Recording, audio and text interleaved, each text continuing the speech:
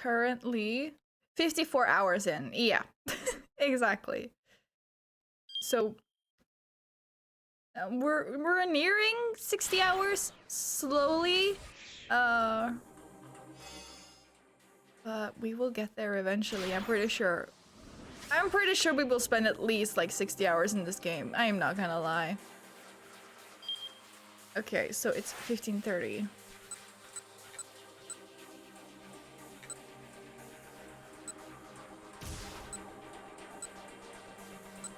Is it? Okay. It's here somewhere. Is it very slow to you guys?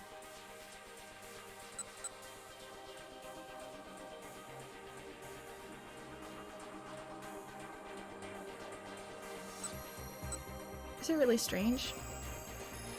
Is something running in the background actually? Because I felt like something was up before I started the stream, too.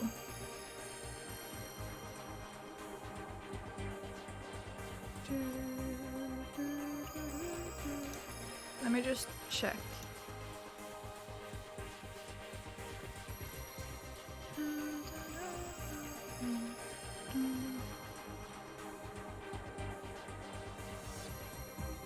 Where are you running?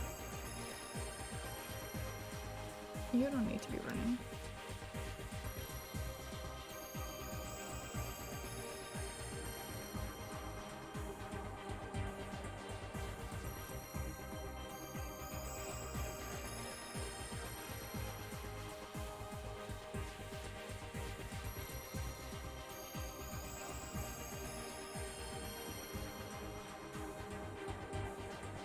Oh, right. You leave.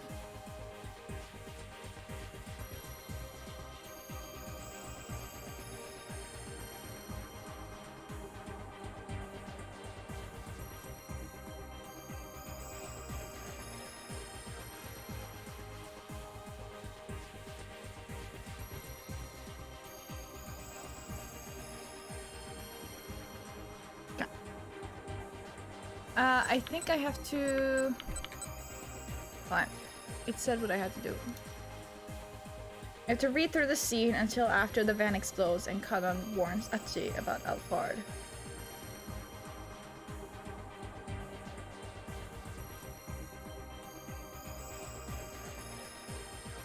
Ooh, okay.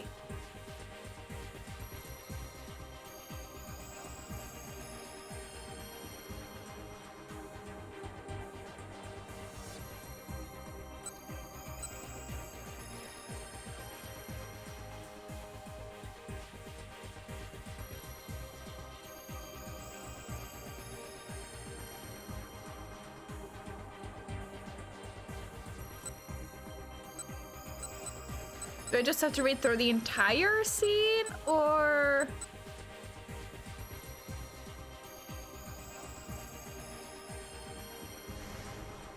I mean... The jump... No, not the jump, sorry. The choice should surely be okay.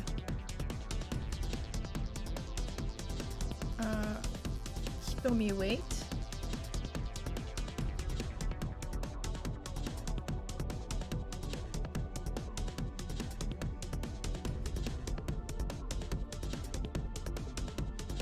This is the same I've already read before, so I'm not gonna read it again. There he goes.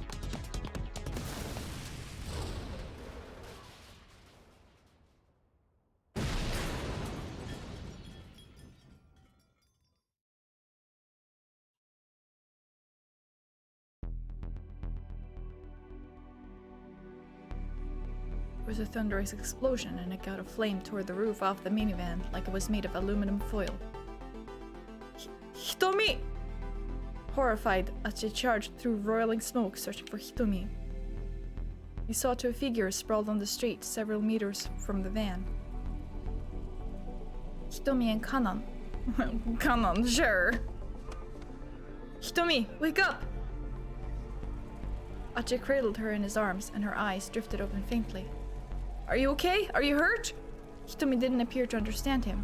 Her only response was a blank, dazed look. There was a small patch of red on her face. Achi wiped it gently away with a finger. He saw no further signs of bleeding. She must have been splattered by someone else's blood then. As far as he could tell, she hadn't been gravely injured. Achi let out a sigh of relief. Hitomi, is she alright? Kanan stirred on the ground. Her clothes were scorched in places, and she was bleeding from her head. It's so interesting because Alphard here looks so much younger than she does in the actual Kanan side story, right? And that was set like 4 years before this even. 4 hours, sure. Kanan, did you save her? Is she alright? Yeah, what about her sister? Kanan didn't respond. No, it can't be. Achi went to look inside the van. Amidst the smoke and the flames, you could make out the outline of a body. What happened here? Achi had to look away. Hey, get Hitomi out of here, hurry! If those guys show back up. Kanan's face twisted up with pain. Oh, you did the cat paw thing. Yeah, cool. Nice. Alright. Achi settled Hitomi carefully in his arms. Wait, I need to tell you something. Kanan's pained gasp called him back. Alphard. Huh? Alphard. That's the name of the mastermind. I'm sure it'll come up again if you keep pursuing this. Okay, cool. This is really funny. But if you value your life, don't get involved with Alphard any further. Meanwhile, Alphard is there like, this fucking idiot doesn't even know I'm Alphard. Now go. Okay, and thanks. Wait! Again, Kanan stopped him. What is it? I've been wondering something. Yeah? About your shirt. Ah, here it is. There is another face to this city. When you casually gaze at the sights, amidst all of the normal everyday things, there are stories that nobody has told. Let this tale of one brave fellow fighting in secret now be a secret no longer. Oh, hell yeah.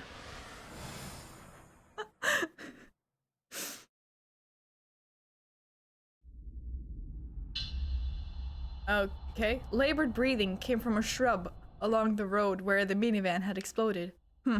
This damage. It's way worse than I thought.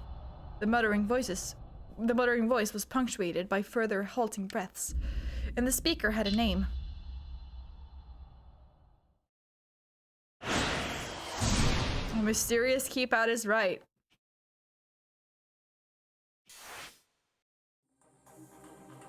Okay. Hold on, what I can do is I can... Wait.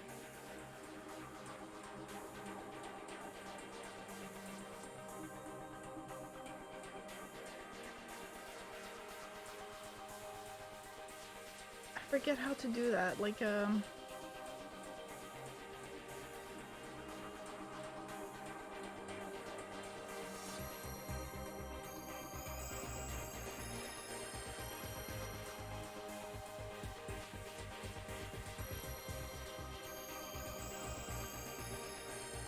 I found it once, but now I can't find it again.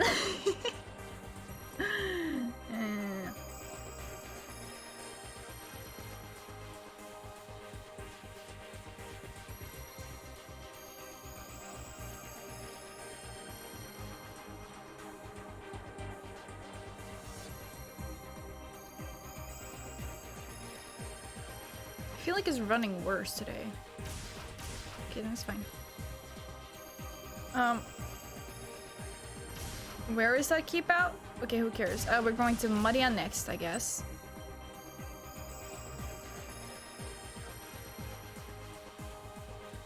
That's 16.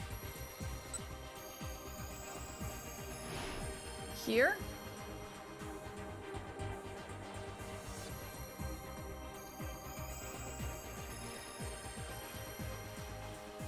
You should see the scene of explosion in blue text immediately.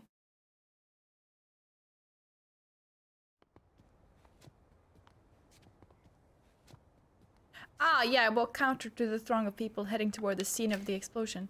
The explosion happened in Shibuyaku, Jinnan Ichichome, near the intersection of Koendori and Organ Hill. A number of curious onlookers have flocked to the scene, but it turns out there are some other individuals there as well.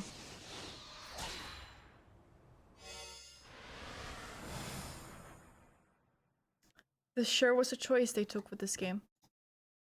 I'm not against it. At least I don't think I am. Not yet. Maybe I will be. Who knows?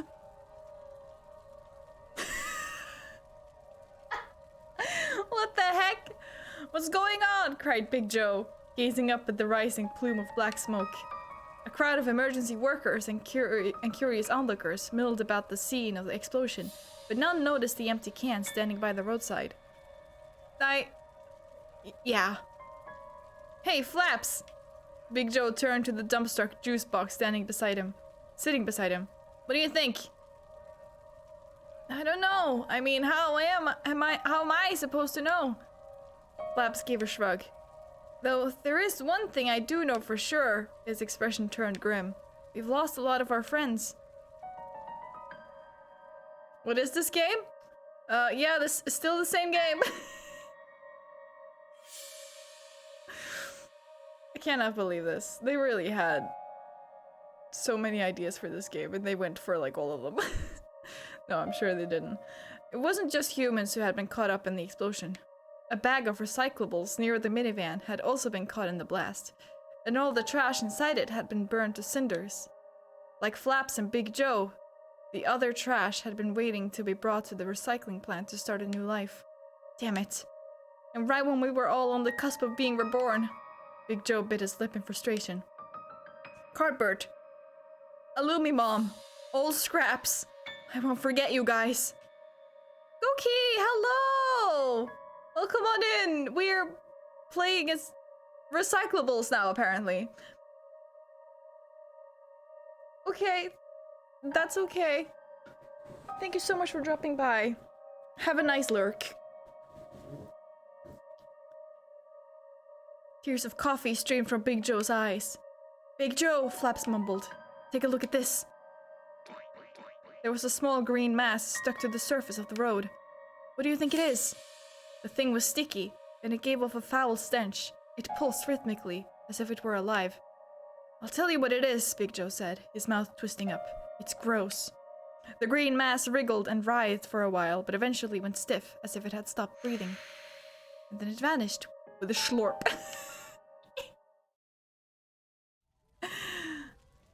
Oh my god. Damn it. Why me? Why? A rustling came from the shrub near where Big Joe and Flaps were standing. The Achipunk didn't even see me in here. A plastic bottle hopped into view, huffing and cursing. Hey, it's Mean Clean! The coffee can and juice box cried out as one. What the heck is he doing here? It's like seeing a ghost, Big Joe. Dude, Big Joe said to the newcomer. They say that I retired ages ago? Mean Clean finished with a grimace. Yeah, that was the plan. Water burbled from a sizable hole in his midsection. Dude, look! Big Joe pointed to Mean Clean's belly. Yeah? So I went from big gulp to double gulp. Big deal. But the sweat was beading on Mean Clean's forehead. Ah, good grief. Just look at me, all messed up.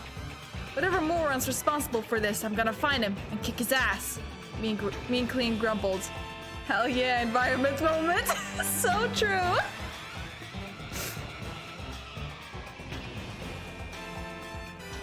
He stomped around with his bow-legged gait, glaring about him as he went. Whoa, he seems really pissed off. He did always have a short temper, Flaps said. Even back when he was the hero of Shibuya.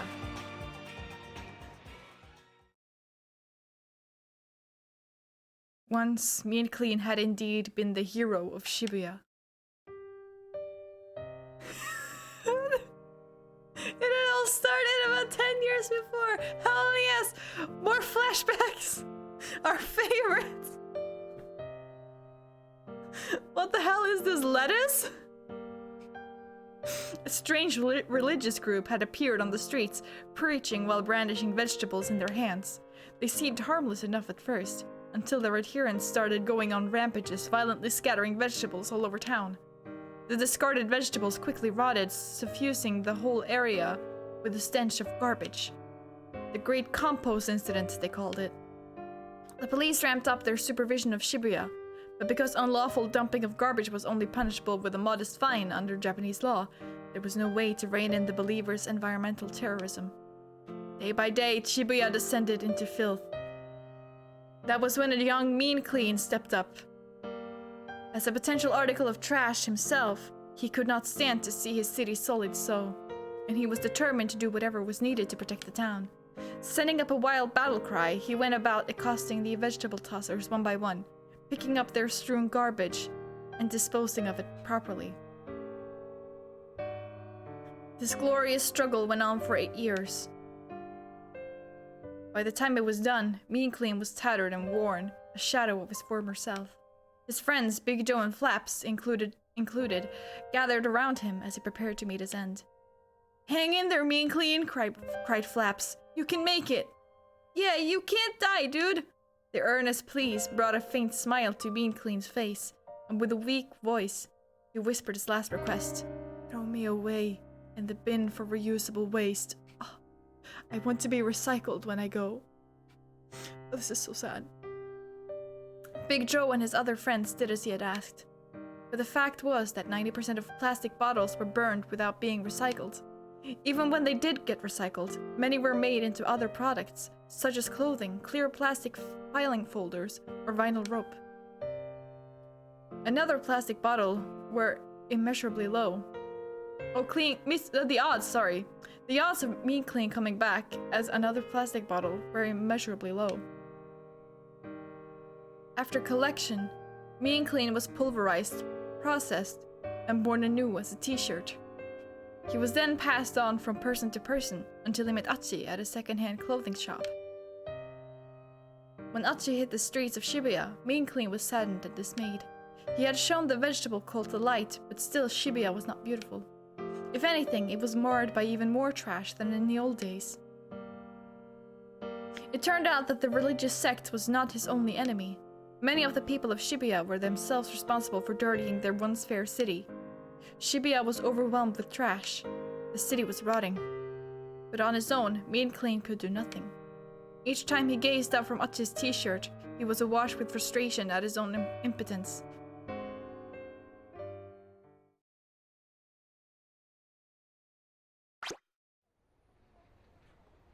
Flap slapped an adhesive bandage across Mean Clean's abdomen. "So how'd you get your old form back?" the juice box asked. Mean Clean rubbed at his midsection. "It happened during the explosion." The detonation had propelled a fragment of the minivan's windshield right toward Achi's chest. Making a split-second decision, Mean Clean slipped free of the t-shirt and took the glass shrapnel in Achi's place. Impossible things happening? I really should have started a fucking bingo for this. I mean, it's still not too late. Still not too late. I mean, I wouldn't know what the fuck to put on it. If we're following these guys?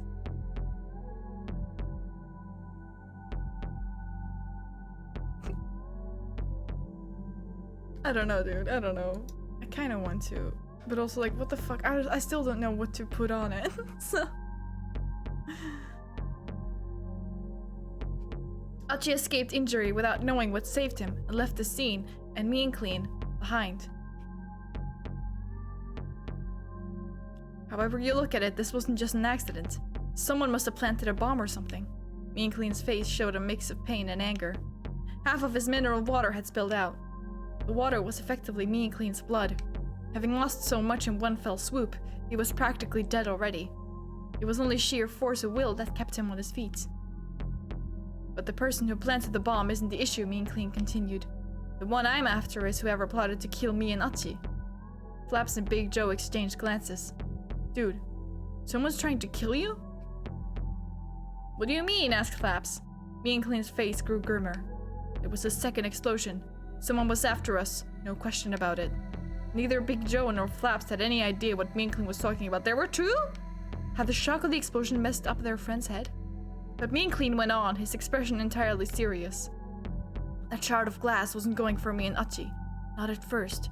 It was going one way, then its trajectory changed mid-flight and it came right at us. That couldn't have been caused by the initial explosion. Something else exploded, just an instant later, somewhere off to the side. Big Joe listened intently, his expression vacant. He couldn't make any sense of it all. That doesn't necessarily mean someone was gunning for you, Flap said. I mean, couldn't it have been just a coincidence? No way, said Mean Clean. Not a chance. Who did it then? Asked Big Joe. And why? That I do not know. Flaps threw up his hands in defeat. Still, said Big Joe, now that you mention it, I did feel something back then. I'm sure of it. No, someone with murder on his mind. He peered around uneasily.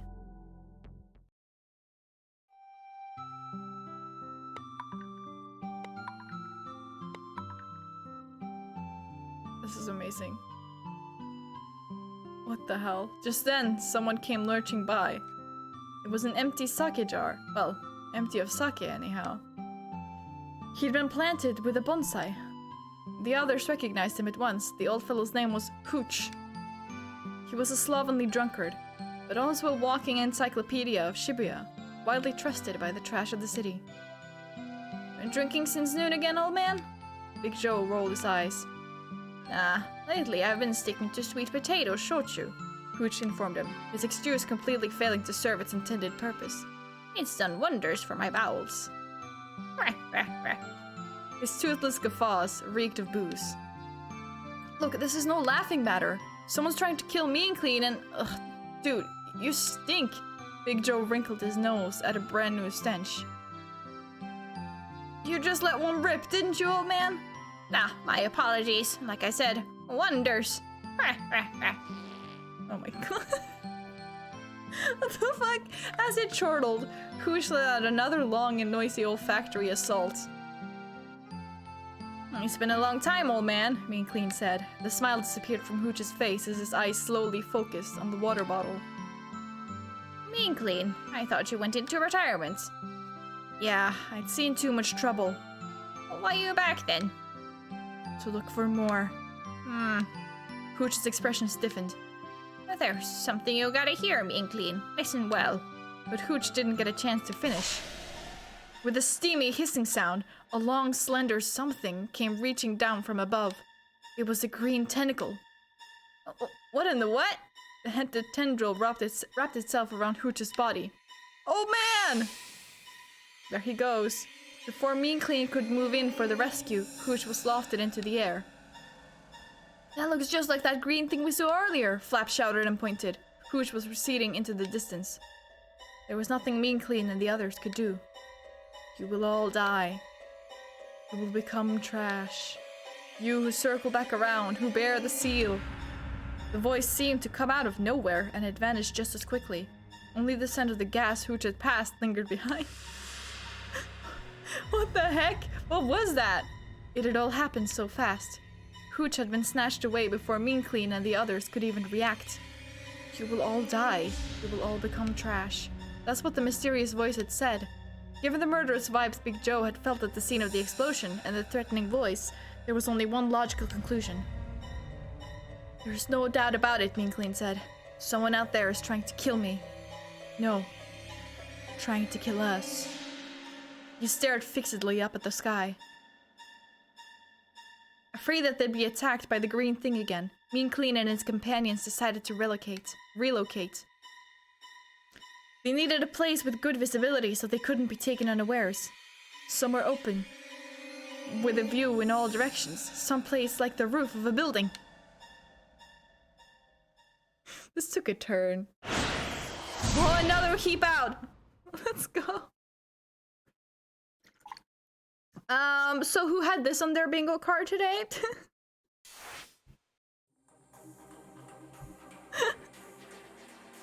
POV, you're recyclable trash? Wait, how is Mean Clean? Do you mean who? Who is Mean Clean? The mascot thingy that Achi has on his shirt, basically. Yeah, who? That's what I figured he meant. We gotta go to Kano 1640.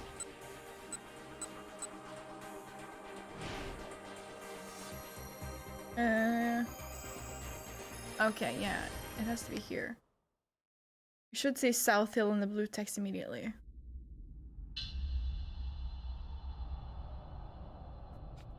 There we go. The building takes its name from a rough translation of Nampedai, the name of the area where it is located. The official name is South Hill Building, but since this is awkward to say, it is frequently shortened.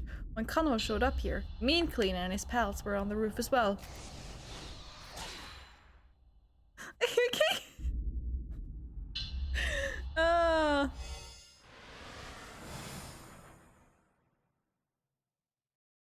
Watch them be the one that saves the day. 15 minutes had passed since Hooch was carried off by the green thing. The trio had relocated to a rooftop where they continued to discuss their predicaments. Detective Tadano, what is the meaning of this? Bring me Hitomi Osawa and I'll let this girl go. Why? What do you need Hitomi for? This isn't like you. It's so weird. The Detective Tadano who I know. Man, said Big Joe, this place sure is noisy. Not far away, two men wearing suits were having a big argument. I'm sorry, Flaps dipped his head in apology. Hold on, wait, did I turn off the... It's the Mean Clean scenario. It sure is. My god, I was not expecting this. I mean, I knew I was gonna come into the games at some point, but I didn't know it was gonna be like this.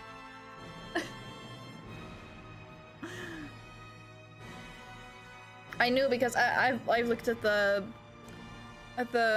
what's it called, the Steam card exchange site where you can like see like all of the like the wallpapers and all of the images for like the cards and whatnot.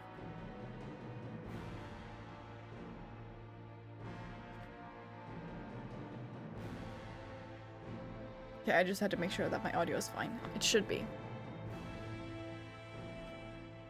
Well, never mind, Big Joe said. Let's get back to the discussion. Right, Flaps replied. So what I don't understand is what that voice said. Don't you think it's strange that it told us we would become trash? Big Joe nodded. That is strange. I mean, we're already trash. Telling us we're going to be trash doesn't make sense. Exactly. I know why someone's after you though, dude, Big Joe told Mean Clean. Think about it. You're the hero of Shibuya. Bad guys always go after folks who are on the side of justice. But Mean Clean remained silent, lost in thought. You who circle back around, who bear the seal. You who circle back around. What the fucking recycling? Is that what it means? Who bear the seal. What did that mean? Those phrases had to refer to them somehow. Big Joe, Flaps, Hooch, Mean Clean. That, the recycling sign. It has to be that, right? What did the four of them have in common? Please stop this! Hurry up, bring Hitomi to me. Can't you at least tell me what's going on? Go now, or so help me, I'll shoot.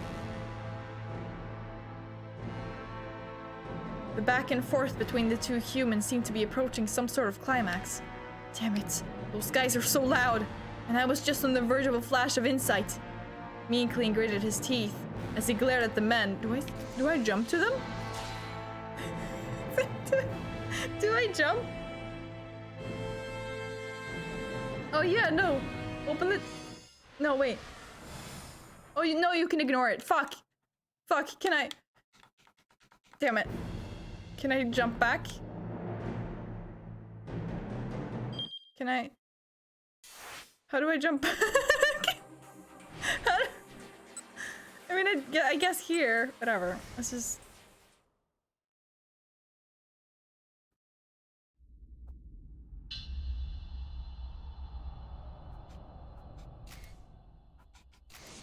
Yeah, let's just...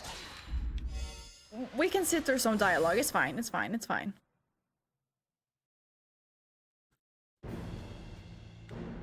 It's really funny that this is like going on in the background and they're like, oh my god, they're so loud. us talking about the music that was playing in this scene.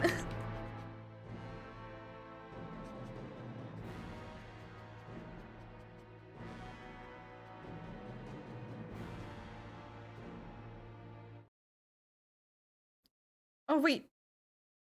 I can...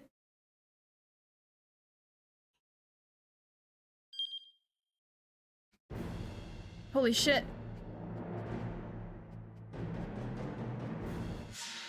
There we go. Hey, is that it? Big Joe cried out, pointing at an elliptical object in the sky. Is that the thing that attacked Hooch? Mean Clean and Flaps looked where he was pointing. They aren't complaining that the men are too loud, they are complaining that their background music is too loud. Yeah. It makes sense now. But right away, they shook their heads and slumped their shoulders in disappointment. Nah, Flap said. That's just a blimp. A blimp? A big flying advertisement, basically, Flaps explained proudly. They float through the skies above the city, promoting things.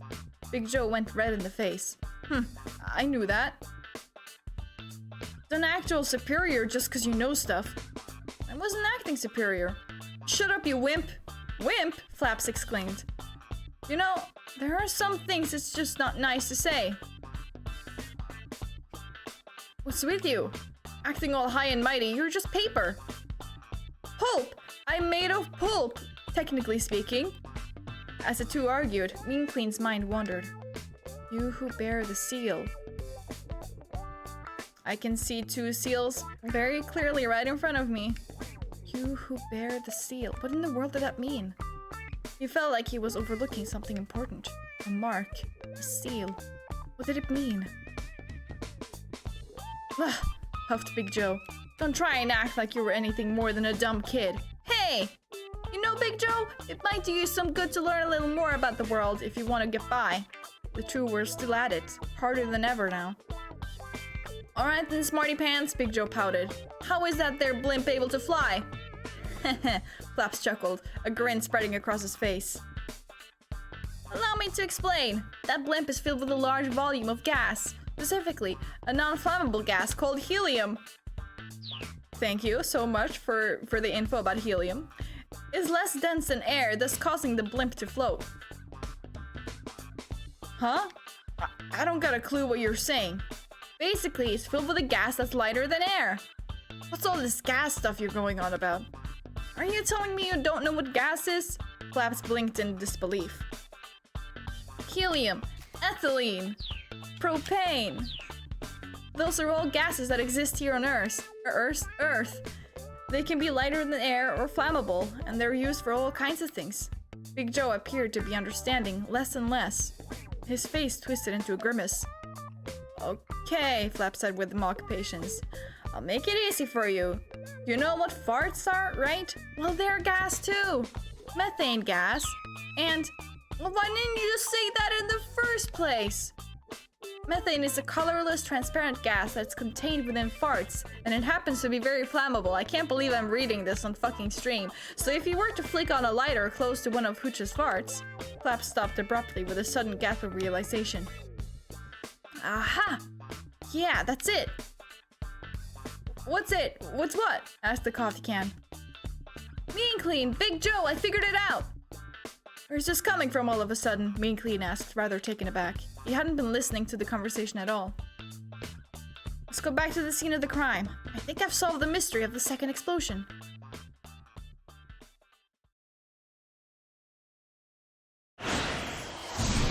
Another fucking keep out. Okay, also,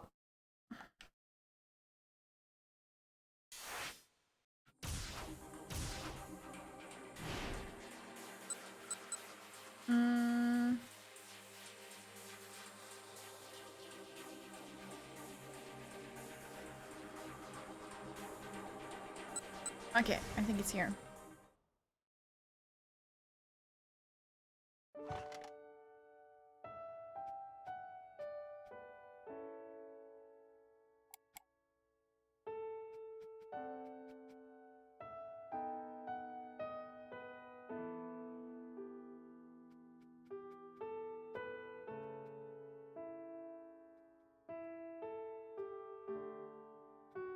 Can I skip? Oh. It usually doesn't work like that, actually. So I need to just sit through it.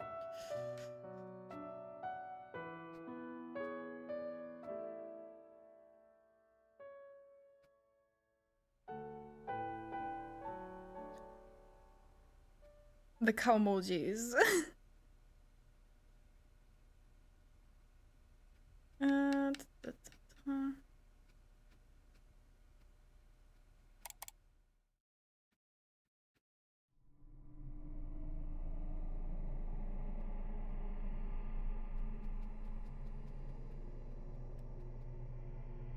I'm looking for a jump.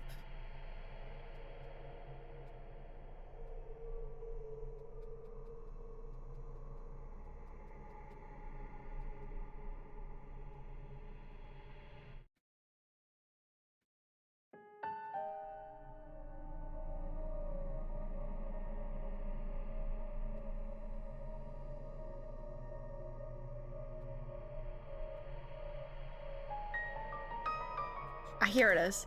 Something difficult or impossible to explain. An enigma. You see plenty of books titled The Mystery of Such and Such or The Secret of Whatever on bookstore shelves. But when you read them, you're invariably disappointed by the mystery not being that mysterious after all. Never mind that. Right now, these guys have headed for the scene of the minivan bombing, trying to solve the mystery of the second explosion. Hell yeah. Let's go.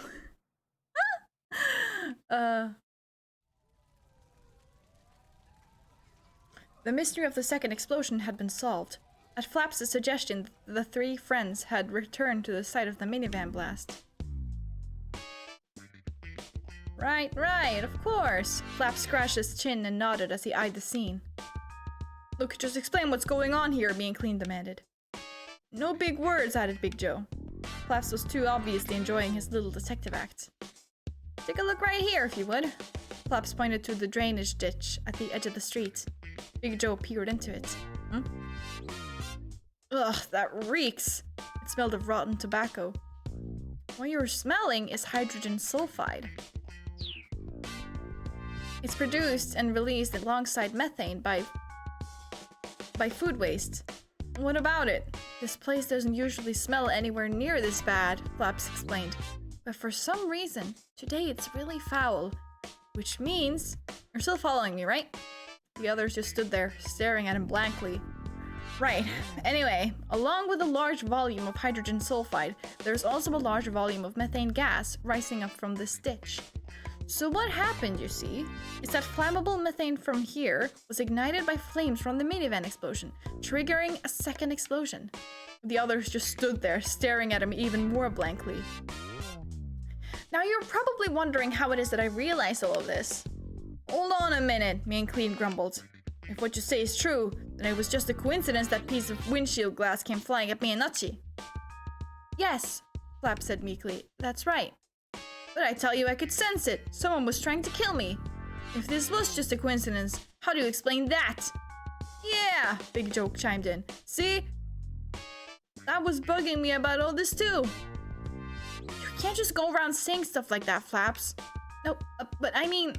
Flaps' voice faltered. He didn't have a good answer for Mean Clean's question. For a while, the three of them stood in thought. Then Mean Clean broke the silence. So, this may sound ridiculous, but here's what I think, he began. We've got Flaps' deduction and those murderous vibes I felt. We need to think of a way to make those two things fit together somehow. If the methane gas were capable of thought, it was an idea straight out of left field. Flaps and Big Joe were dumbstruck. So you figured it out. Who? It was the voice I'd heard before. Ugh. This time it sounded very close by indeed, and yet they could see nobody else. I was the one who controlled the blast to send that glass shard hurtling toward you. But here you are, still alive. Where are you? Mean Clean shouted. You who circle back around, who bear the seal, you will become trash. The voice repeated its eerie mantra.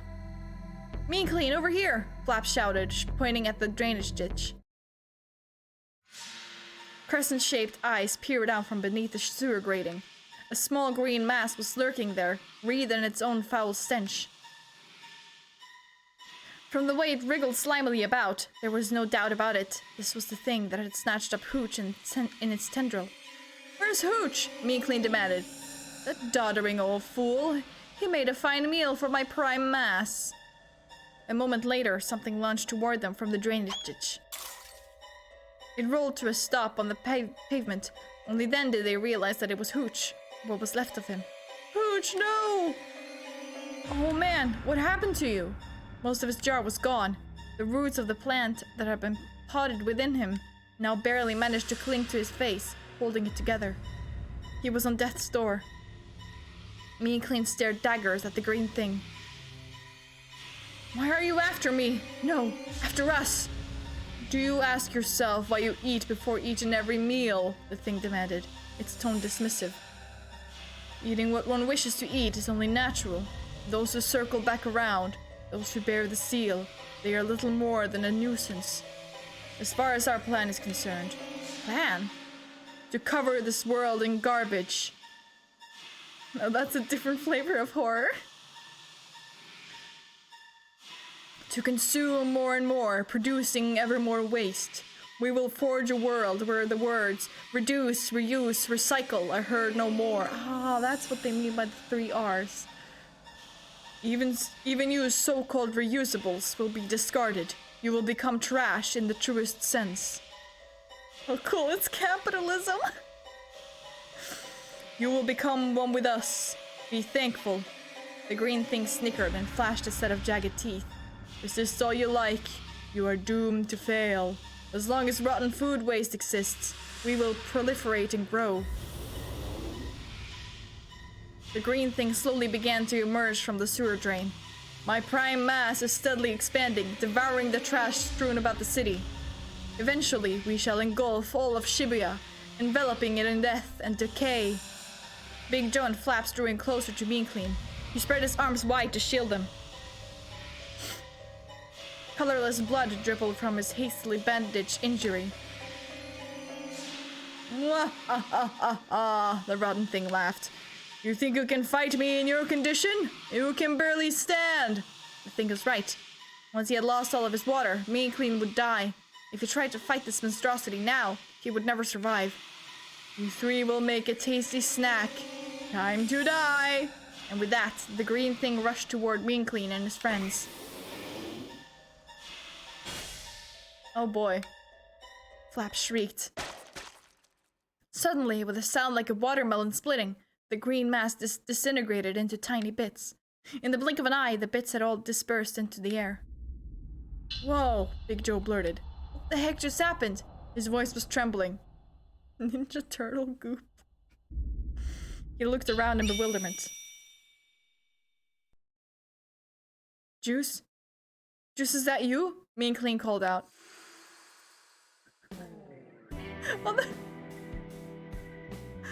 On the rooftop of the building across the way, something glimmered in the afternoon light.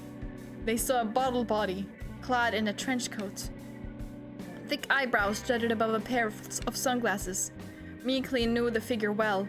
Long ago, he had aided in the fight against the vegetable cult. Juice Malone, the legendary sniper. Juice's sunglasses flashed in the light once more, then he whirled around and vanished from sight.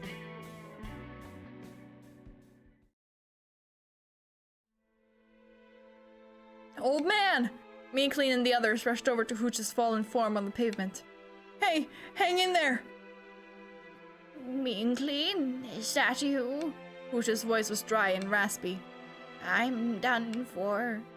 "Don't say that!" "It's all right. I know my body better than anyone." They gazed at him solemnly. It was remarkable that he had lived this long, given his grievous injuries. "Meekling, there is something I need to tell you." Hooch struggled to get the words out. Meekling nodded. "I've been wondering what you were going to say earlier." Hooch nodded weakly. "Now, listen well. Meekling, you..." Meekling held his breath. "There's a hole in your stomach." "Yeah." "Which means There's a hole in your stomach. I know that. And? No, I just mean... What I'm trying to say is... You have a hole in your stomach.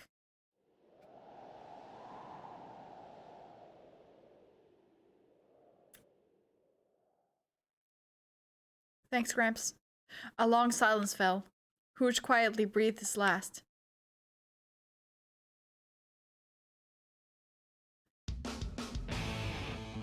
In the aftermath of Hooch's passing, Mean Clean and the others decided that they had to take action. If the prime mass of the green monstrosity was growing by eating trash around the city, they'd just have to gather up as much trash as possible. That should halt the thing's growth, reducing the threat it posed to everyone.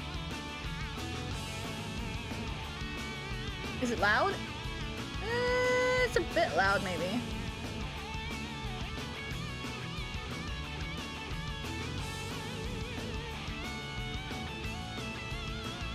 Turn down.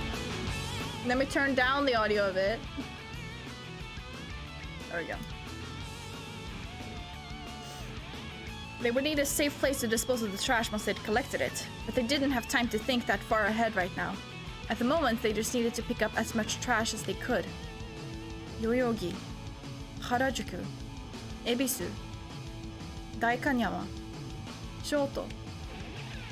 Then, in the midst of their trash collecting expedition, Big Joe suddenly halted in his tracks. Dude, this place is a cafe, right? He cried out in excitement, staring at a nearby building. There's something I've always wanted to do at a cafe. What are you on about now? Flaps let out a weary sigh. I don't think this is really the time. Well, shut up, you. I was talking to my dude here. Big Joe turned to Mean Clean, his eyes pleading. Come on, dude. Please. Just 5. No, just 3 minutes. That's all I need. Mean Clean shrugged. Knock yourself out. Once inside the cafe, Big Joe took a deep breath. He couldn't quite hide his nerves. He looked over at a waitress busily bustling about. Excuse me, 1 coffee, please. Big Joe grinned at the others. Man, I've always wanted to try coffee that wasn't from a can. The 3 waited patiently, but nobody brought Joe's coffee. They sure are taking their sweet time, Mean Clean grumbled. Yes, this has been taking far too long, Flap said. Maybe she didn't hear your order. He peered at the waitress dubiously. Guess you don't have much choice, said Mean Clean. You'll have to make do with that. You'll have to make do with that, Big Joe. Huh? Mean Clean pointed to a pair of coffee cups that had been set on a nearby table. Oh, deal with that. Okay. A middle-aged man in glasses sat there. He was scowling, probably in a nasty mood. Is that Katayama? The other seat was empty. It looked like whoever had been sitting there had stepped away for now. The man was engrossed with his laptop, so Big Joe seized the opportunity, hopping up on the table and bringing one of the cups to his lips. Ah, no, wait. The glasses? Who's wearing glasses? Is Shizuo wearing glasses?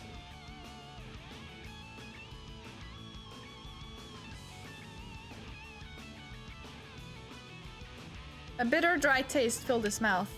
The flavor was nothing at all like that of canned coffee. That's right, they're not here until later. For Gore, sorry. He drained the cup in a single gulp and scampered back down from the table. How was it? Mean Clean asked. Big Joe had a distant look in his eyes. So that's what real coffee tastes like, he said. Yeah, it is. You're right. Just then, a woman returned to the empty seat, staring in consternation at her cup. Did you drink my coffee?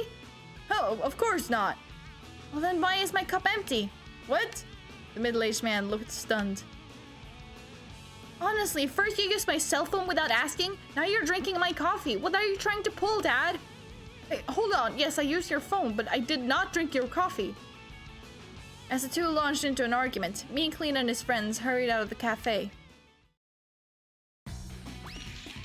The trio split up in order to gather litter from all across Shibuya. Garbage was lying all over the place. There wasn't much need to search. Half-eaten slices of bread, half-drunk bottles of juice, banana peels, apple cores, cup noodles, hamburgers, ice cream, gum, candy wrappers, fried chicken, fish bones. Everywhere they looked, there was enough to fill a trash bag in the blink of an eye.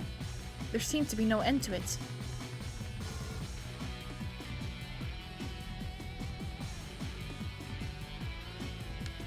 Increasingly disheartened, Mean Clean, Big Joe, and Flaps continued their desperate mission.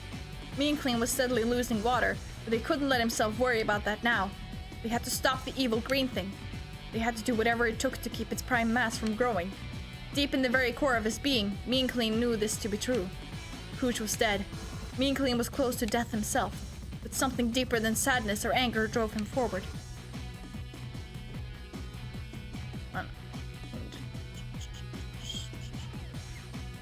Okay.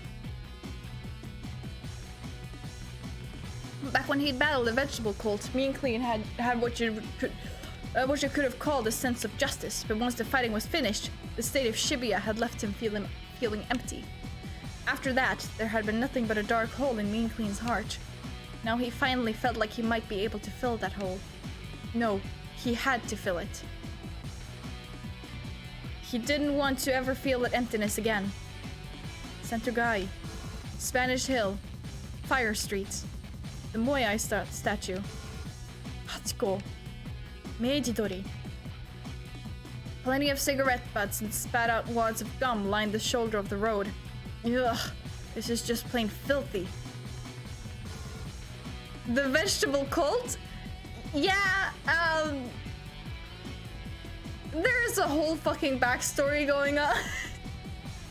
Like 10 years ago, someone was like just throwing vegetables around and they rotted. That's it. Mean Clean and the others continued their trash collection.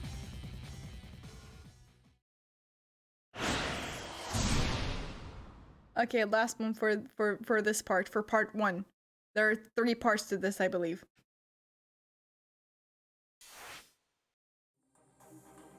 Uh, 1705. For Achi.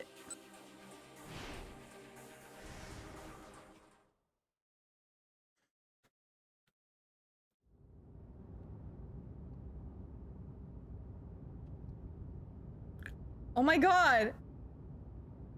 Wait. Did it really just fucking disappear from his fucking shirt? Hold on. What? No. Did it? If it actually did. I'm tempted actually. Fuck it. Fuck it. I'm gonna look up my old fucking streams. when we're here. Oh god. I wish I could remember.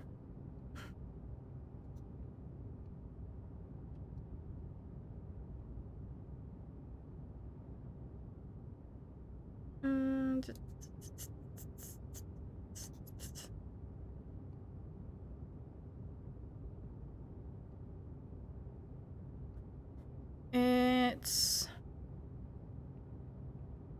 Man, I wish I could know. This is like towards the end. Is that part 10? Or is it part 9?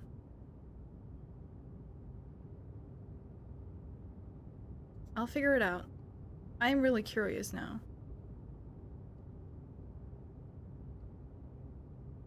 Wait, turning it on. I thought I muted that. There we go.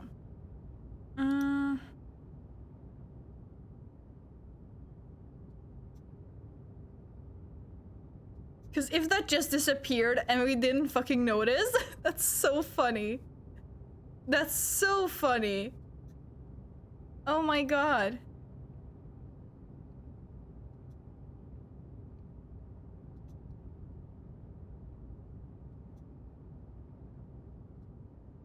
I think I can actually see, like... Ugh, it's really hard to tell. I thought I saw, like, one just now.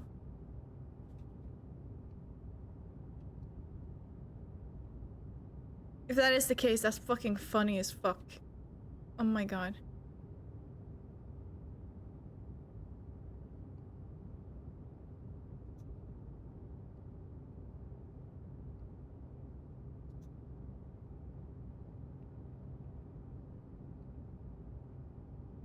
Come on. Come on. Come on.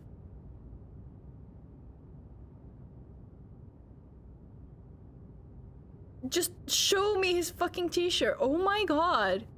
No fucking way. Is it gone? Is it really fucking gone? Stop. That's so funny. That's so funny. No, you're right. You're right. I just had to like make sure that this isn't like some fucking bullshit. No, this is canon. Fuck, I love that. It's so stupid. I also just realized that my face cam is kind of like covering up his shirt, but you can see that there is like nothing there. That's so funny. I just want to know. Read through the scene until you see side of the road. Okay.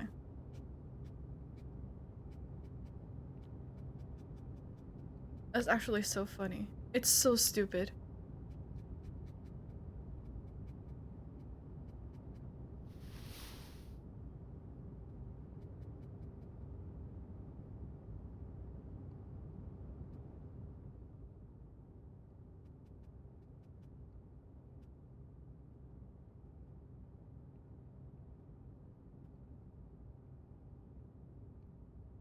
I can't imagine fucking what Alphard is like thinking the entire time she's pretending to be Kanan. Well, I just imagine she's being like, lol, these guys are so fucking stupid. Also just like, technically I'm not lying. Then, okay. I'm not actually paying attention to what I'm reading here.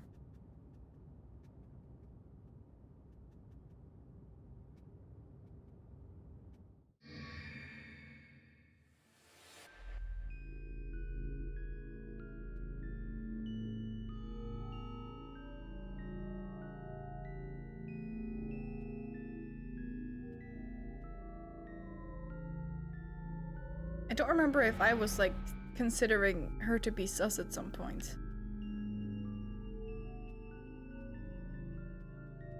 Like, you know an awful lot about this.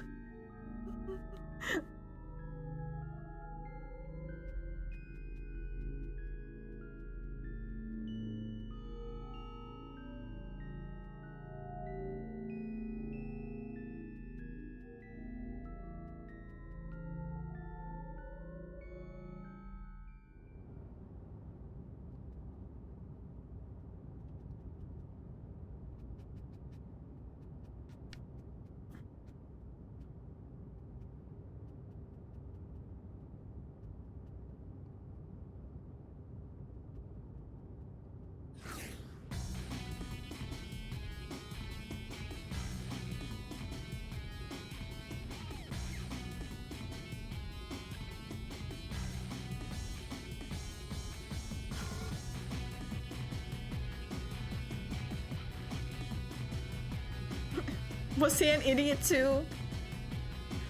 Achi, I love you.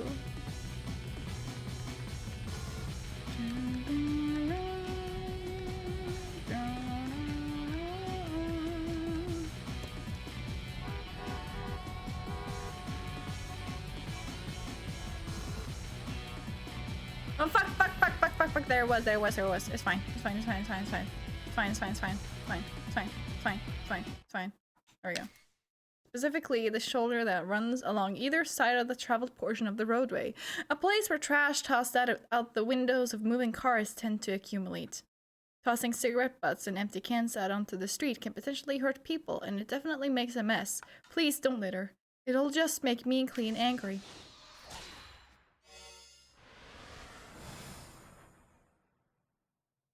Do not piss off the Mean Clean. They had to gather up trash before the Malevolent's prime mass could get to it. Mean Clean made his way down the section of Meijidori that ran along the Shibuya River, picking up garbage as he went. Plenty of cigarette butts and spat out wads of gum lined the shoulder of the road. First things first, I'm gonna punch him right in the face. Then we can have ourselves a chat. Mean Clean knew that voice well. It was Achi. Says I can just ignore that, right?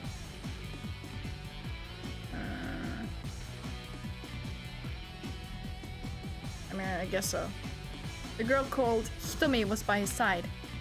They were with some tall foreigner in sunglasses. Don't let your emotions get out of control. Your father might be one of the key players in this case. The man with the sunglasses spoke with cool authority. Achi gave him a steely-eyed glare. The situation looks pretty tense. Mean Clean called out to Achi as he headed on his way. I'm not sure what's going on, but hang in there, buddy. You and me both.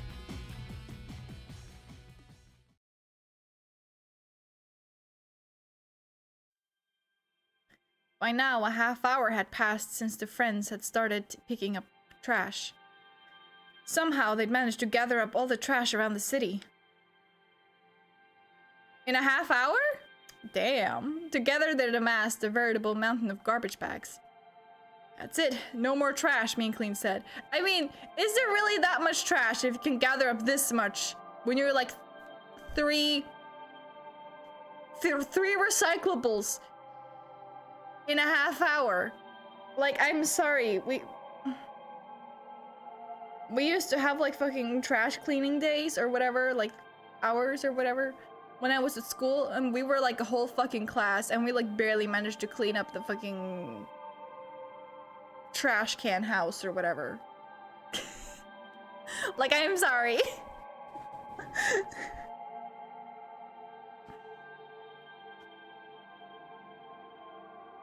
He didn't look happy though, neither did Big Joe and Flaps. But that can't be, Flaps murmured. This is odd. Too odd. Big Joe clenched his hand into a fist. He was right. It was odd. They'd gathered a tremendous amount of trash, but still it was clearly not enough. There was simply no way that this could be all the trash in Shibuya. Mean Clean knew that painfully well from what he'd seen of the city with Achi every day. Were people becoming more mannerly and littering less than they used to?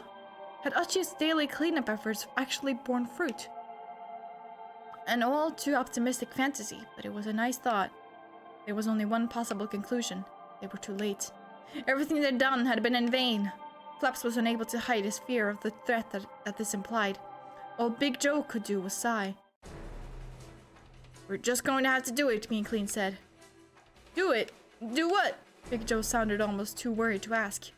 Isn't it obvious? We go and find that prime mask thing, and we take it out. But that thing we met earlier said that it would just keep coming back. It doesn't even matter what we try to do. There's no point to it.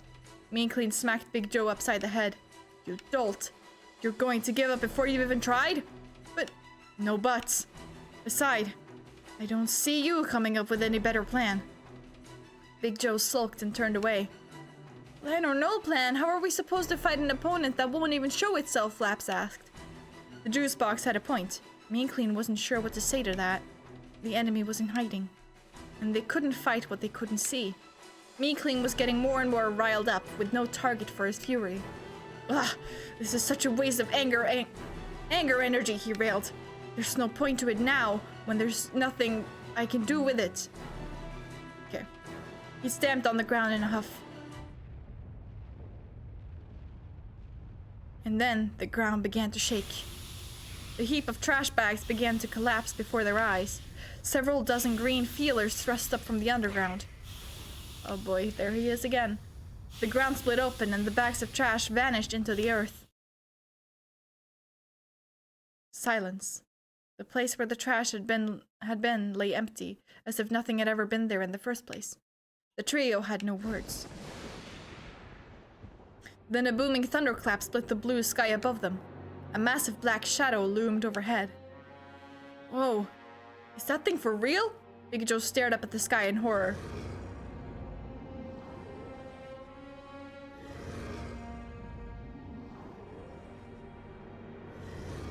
Seems legit.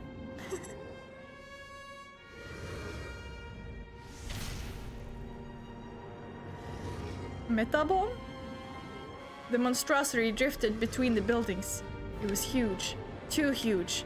As they watched it, it slurped up the green mass from underground, continuing to grow. There seemed to be no limits to its size. I'll handle this, dude, Big Joe told Mean Clean. he adopted a fighting stance. Flaps! Take him and get out of here! No, I can't let you do this! Huh, that thing may be big, but it's all soft and squishy. Don't worry, I'm made of metal. Big Joe leaped high into the air, launching himself at the monstrosity. The instant he impacted the mass, he was sucked right in. There was a metallic squirk as his body was crushed. Big Joe! Mean Clean and Flap soared up into the air, weaving to avoid the monstrosity's extended tendrils. They just made the Goop's job easy. Yeah, by gathering all the fucking trash and putting it in one place. I was about to say. Now that they were on eye level with the thing, it seemed even bigger than before. This was not an opponent that they could fight by recklessly rushing in headlong. Mean Clean sighed, screamed in agony. There was almost no water left inside him. He had barely any strength in his arms, and his mind was foggy. At this rate, there was nothing he could do to stop himself from being devoured like Big Joe and Hooch. Alright, let's light this thing up, Flaps cried. In his hands was a cigarette lighter, the flame already lit. I picked this up while we were gathering trash, he said. If this monster is made out of food scraps and methane gas, if we get a flame near it, it should explode. Flaps was already charging toward the beast, the lighter held out in front of him. Die, you son of a bitch! Flaps, don't do it! Mean Clean hurried to stop him. Don't get any closer to that thing. Flaps hesitated in midair, looking back at Mean Clean with a frown. But this is the only way! This thing already took down Hooch and Big Joe! And look at the condition you're in! What else can we possibly do? But this is exactly what it wants. Flap's eyes went wide. Huh? I finally understand what it meant. Eventually, we shall engulf the entire city, enveloping it in death and decay. Remember that? Mean Clean looked down at the city below, at the houses and office buildings, at the passersby and vehicles coming and going. It wants to slurp up tons of trash, inflate itself to giant size, and then cause a massive explosion. Once that happens, the city will be a disaster. That's what it meant by enveloping everything in death and decay. No. Trust me, put out that light. We can't risk blowing up the city. Flaps paused and thought for a few moments, then took his finger off the button of the lighter. With a sudden whoosh, one of the creature's long tendrils darted out and snatched him up. Mean Clean. The box struggled to croak the words out. A moment later, he was absorbed into the slimy green tentacle. Flaps! Mean Clean clenched his teeth and rushed toward the monster.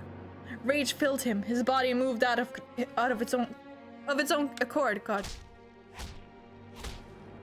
He unleashed a flurry of punches and kicks, but the creature easily batted them aside. He felt certain that if he tried to grab hold of the tendril, he'd immediately be engulfed within its squishy mass. The thing seemed to be toying with him as a cat toys with a mouse. Mean Clean retreated a short distance and squared off with the monstrosity once more. It was a hopeless fight. No matter how many times he attacked the thing, his strikes had no effect. The thing was going to kill him. It was only a matter of time. Wasn't there something, anything he could do? As it teetered on the brink of consciousness, Mean Clean's mind raced. The creature slowly stretched its tendrils toward him, heralding his end. A sudden gunshot split the air. The monstrosity froze in its tracks. Juice! On the roof of the building below, Mean Clean spotted Juice Malone, down on one knee, sniper rifle at the ready. Juice fired off 3 shots in rapid succession. All 3 struck the monstrosity right between the eyes, mere millimeters apart. Juice Malone? Yes. Mean Clean felt a brief ray of hope, but it turned quickly to despair. The creature calmly brought a tendril up to its face and scratched itself between its oozing eyebrows. The bullets had been no more than mosquito bites to the thing. The monstrosity fixed its gaze on Juice, and his huge maw bent into an unnerving grin. It extended one of its finger tendrils and gave the end a sharp flick, sending the bulbous tip flying toward him. Then it quickly launched 3 more blobs, gleefully mimicking Juice's attack. Juice readied his weapon again and fired at the incoming projectiles, but the bullets vanished into the slime to no effect. Juice! One of the green globules struck Juice dead on. and the faint sound of shattering glass tinkled through the air.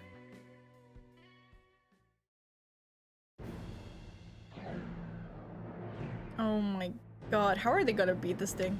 The monstrosity chortled malevolently, then lashed out with its tendrils. Oh boy, a direct hit. Mean Clean was sent hurtling into a gap between two buildings. Thank you? It's not going well for them. Yeah, for real. Damn it. Mustering the last of his strength, he launched himself back up into the air. Another tentacle strike was already coming his way. The creature had anticipated his return. Oh crap, Mean Clean thought, but it was too late to avoid the blow. The monster's mighty swat slammed him into the ground. The bandage on his belly came loose, and the remaining water inside him began to dribble out. Soon, he would lose the last of it. Just flip yourself upside down, my dude! Fighting breeds hatred, and hatred only breeds more fighting. I am not someone who is used to incurring the enmity of others. Encourage. What are you doing, Sachio? Go! What's the matter? Come at me! Come on, hurry up and die already! As his mind grew ever more hazy, Mean Clean heard a series of strange voices. Ah, it's from Wandering Angels! Lines of dialogue from Au revoir. A performance by the theater troupe The Wandering Angels. Right now, the protagonist Ryu is facing off against multiple assassins in the initial sword fighting scene. Can't he refill? Yeah. Refill and flip himself on its head.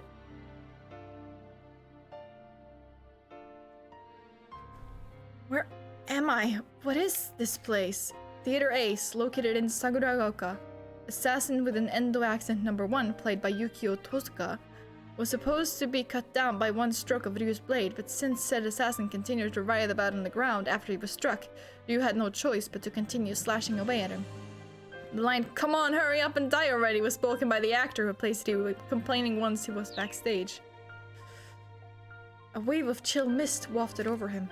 Carbon dioxide from the dry ice machine set up backstage. The broken dry ice machine. The machine is broken. Oh, it does say, okay, and continues to produce and spit out more and more dry ice. What was he doing here? He couldn't die in a place like this. Go. Spurred on by the voices, Mean Clean got to his feet.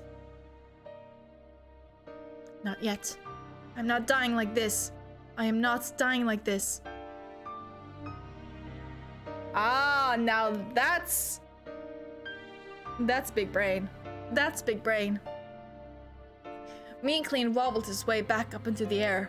He was battered from head to toe. The odds were overwhelmingly against him. Yet a hint of a smile came to his face. I will do this. Just you wait and see. A wave of cold from earlier had caused clumps of whitish ice to solidify inside of him. Face me, he called out to the green monstrosity. I'm gonna kick your ass. The creature let out a roar and moved to attack. Foul tentacles lashed at Mean Clean from every side. He chose one of them and launched himself bodily toward it. The violent impact knocked him senseless and sent him sailing in the direction of Shibuya Station. He has a chilly Mean Clean. It just keeps going. The monstrosity hovered above the city, basking in the light of victory. Now no one was left to stop it from turning Shibuya into a wasteland. It spotted some power lines and reached out a feeler toward them. It was ready to blow itself up. Shorting out the lines would send up a shower of sparks. It would only take one of those sparks for the creature to turn Shibuya into a blasted ruin. Slowly the monstrosity extended its tendril. Its fingertips had mere centimeters further to go. Then, the dirty waters of the Shibuya River were split in two, and something came rocketing up from within. This ain't over yet! It was Mean Clean. River water filled him to the brim, and he surged with vitality. He pointed sharply at the monstrosity. You didn't realize what I was doing, did you? I wanted you to knock me into the river. The creature glared at him balefully. It pulled back the tendril that it was reaching for the power lines and swung it like a whip at Meanclean. Juice! Meanclean shouted as he nimbly dodged the attack. Juice! If you're still alive, answer me! Almost at once, a gunshot rang out. Juice was down there on the rooftop below. Green ooze had consumed part of him, but he'd somehow managed to cling to life. Shoot! Meanclean shouted. Shoot me! Juice raised an uncomprehending eyebrow. Do it! Shoot me! It's the only way! Juice hesitated for a moment, then lined up Meanclean in his crosshairs. Ugh. You heard me. Shoot me. Don't worry. I won't die. Yes! Hell yeah! The bullet punctured Meanclean's body. More. Shoot me more! He strained and stiffened in order to keep the bullet locked in place inside him. Shoot! Shoot me, Juice! He winced in pain as several more bullets struck him in the belly and back. It took all of his might to keep them from blasting right through him. All right. You heard me. Shoot me. Don't worry. I won't die. So true, though. All right. Preparations complete. Meanclean lunged for the monstrosity. The monstrosity bellowed its toothy maw, yawning wide. Meanclean sailed right into the thing's open mouth and was swallowed whole.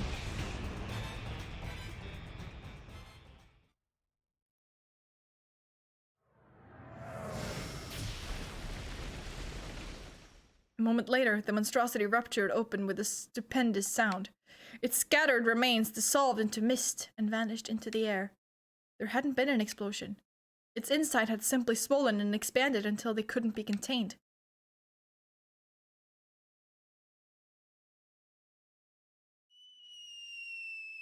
They're alive! Big Joe and Flaps tumbled to the ground. Ow, ow, ow. Uh-huh. Are we still alive? The two looked around in bewilderment, trying to process what had happened. Then Meanclean clattered down beside them. Meanclean, no! Big Joe and Flaps rushed to his side. Half of his body was gone. Cracks zigzagged across what was left of him. Flaps gently set a hand against Meanclean's body. He's so cold. He's dying! Big Joe's mouth hung open aghast. Hey now, don't go holding a funeral for me just yet. Meanclean's voice was little more than a whisper. He couldn't even muster his usual triumphant grin. He had to struggle just to keep breathing. I kicked that thing's ass. Meanclean looked up into the sky. Big Joe and Flaps followed his gaze. There was nothing there but the bright blue sky.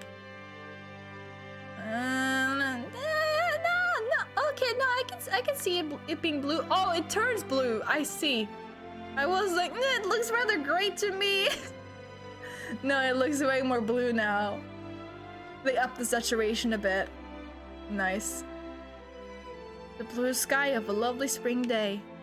That was amazing, Big Joe said between sobs. I knew you could do it, Meanclean. But how? Flaps asked, wiping at the tears in his eyes. Dry ice. Dry ice? Yeah.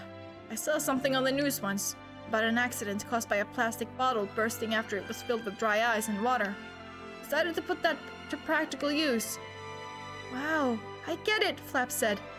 Now that you mention it, when dry ice sublimates, it expands to a volume over 700 times its solid size.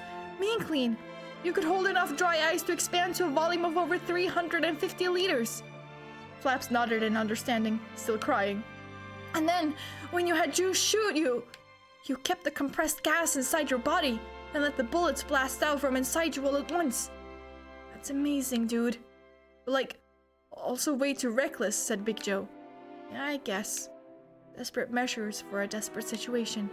Don't try this at home, kids. There was a distant look in Meanclean's eyes.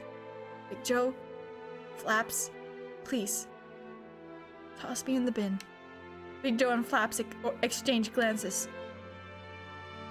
Usable waste, said Flaps solemnly. You got it. Thanks. Big Joe picked up Mean Clean and walked over to the trash bin. So long, dude. I'll send you on your way. Wait. Mean Clean weakly held up a hand. You still haven't taken my cap off. Always take the cap off a plastic bottle before throwing it away. Everyone knows that. But dude. Both Big Joe and Flaps had already realized. If the cap were removed, the fine cracks running through Mean Clean's bottle body would break it apart completely. That cap was the only thing keeping their friend together. It'd be ridiculous. No matter how many times I die, I'll keep coming back. But not your run-of-the-mill plastic bottle. Mean Clean fixed Big Joe and Flaps with an earnest stare.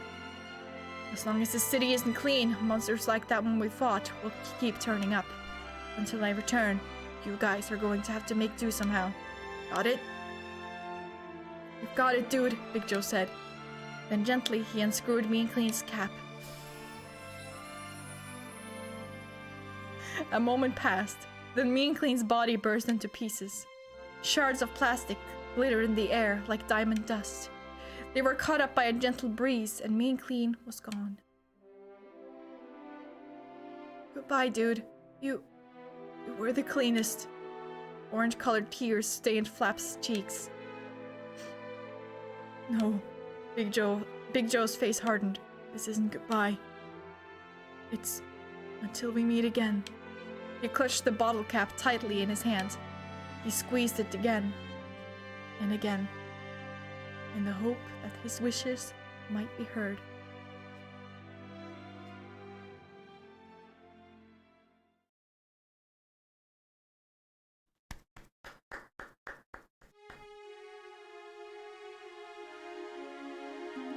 There is another face to this city. When you casually gaze at the sights, amidst all of the normal everyday things, there are stories that nobody has told. Oh, so true. No, some of them have been heard at least. At last, today has been a day for many stories, which I hope will live on in someone's heart until the day we meet again. Catch you, Marl? Indeed. So true.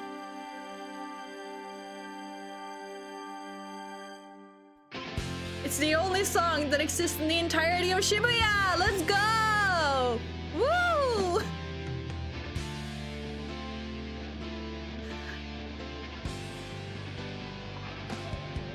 Oh!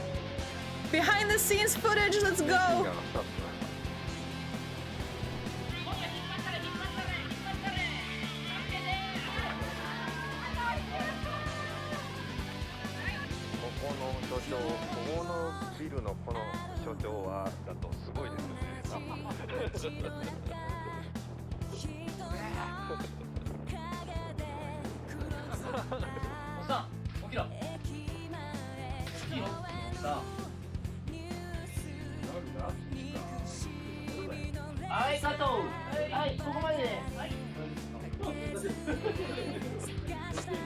Oh my god, immediately. Just like, are you okay? More credits with behind the scenes footage this time.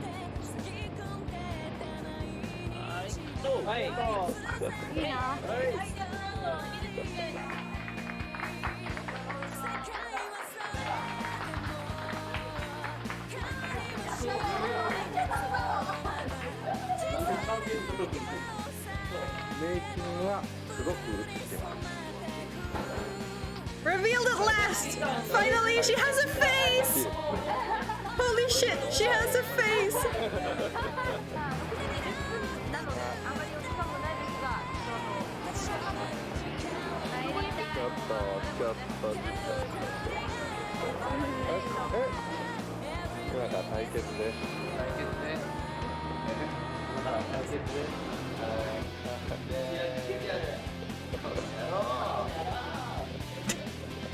Oh my god. Trademark issues! So true! So true! That's great. You bastard affectionate.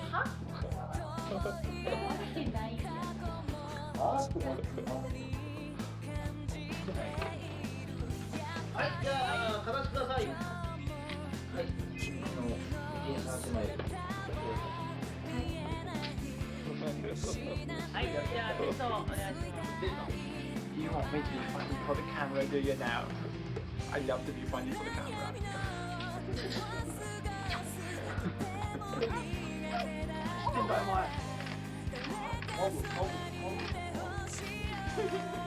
Oh, she went for it. Playing Ding Dong Ditch. Oh, there he is.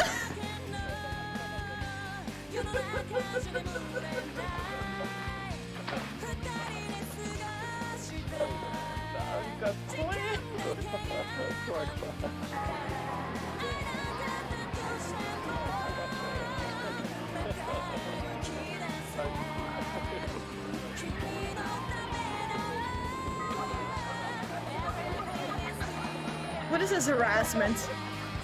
俺の生き様見てろ。せーの。終わった。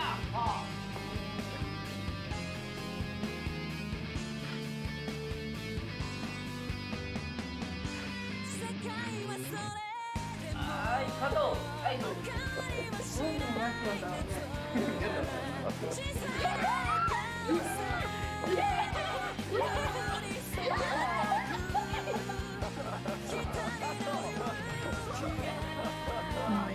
頭の中、今日は。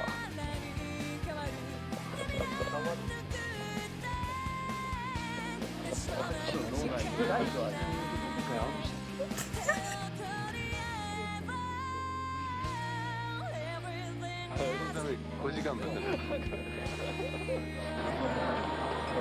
日の長タイもラストカットになりました。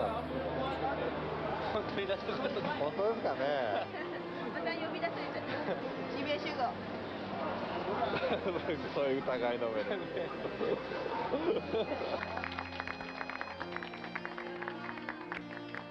This really is the end? Nah, last I checked, I still have 2 achievements left. Well, technically 3, I guess.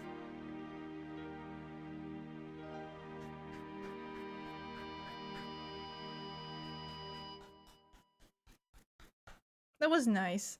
That's what they said 2 endings ago. Oh my god. See you again. You think I'm done here?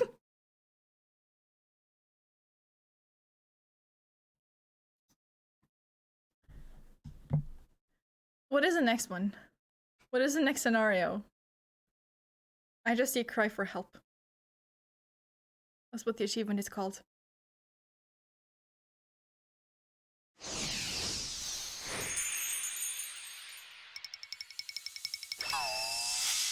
There he is.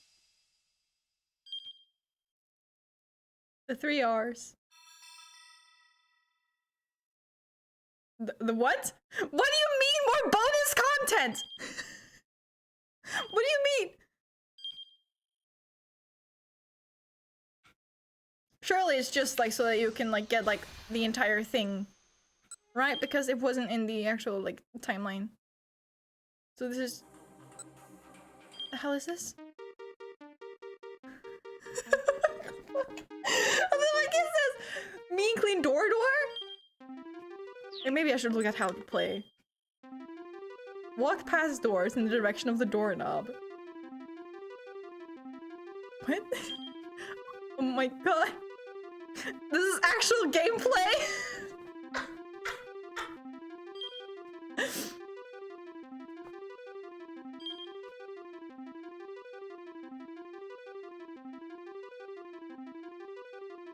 Koichi Nakamura himself was able to capture 71 monsters in stage 4. Will increase by 1. Forgot that was a thing! This game, man.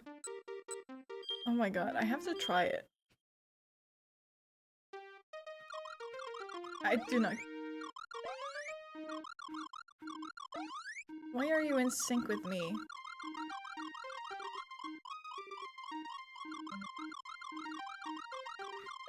How do I...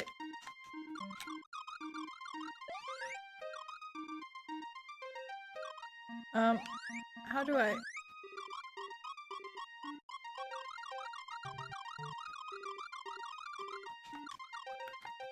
I literally just fucking read a fucking...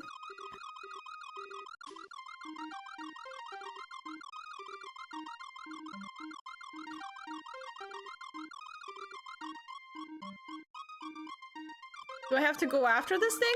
Do I have to go after it, or do I have to... No?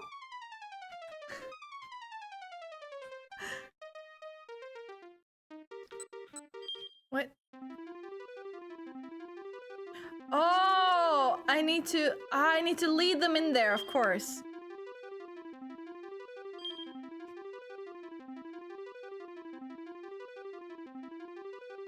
The fuck are nets?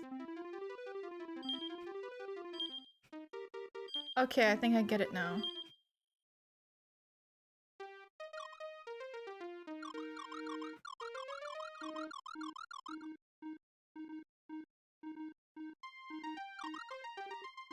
Are you going over? You're going over here.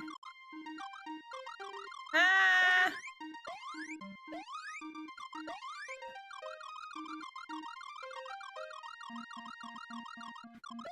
No! Why is it not? Why is it not opening?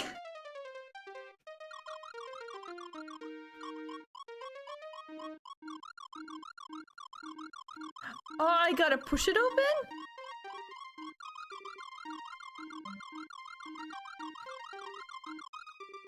Why didn't you go inside?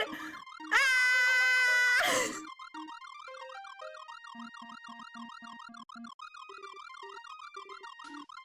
Okay, I see, I see.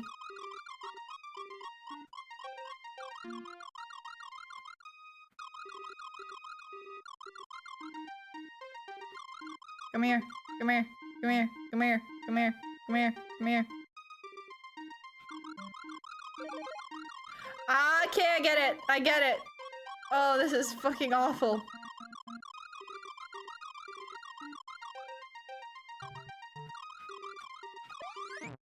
Forgot.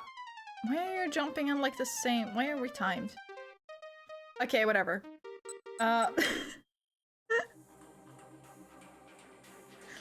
I know what nets are, but what are what are nets in like the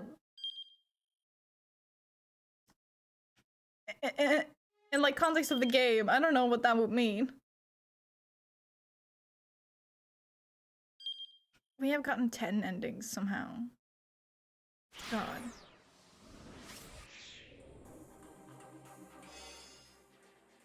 Do they show up here? No. They do not. Okay.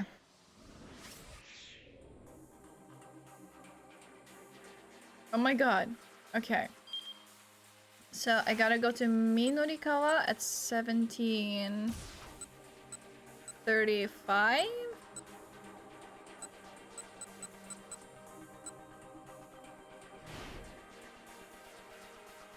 Start at the second choice.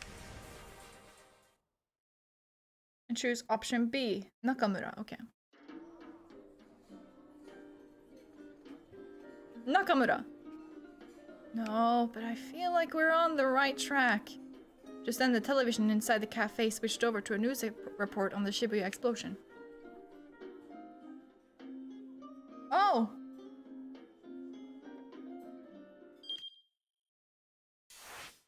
Let me do that again. Nope, not there, not there, not there, not there, not there, not there. It's probably fine, but...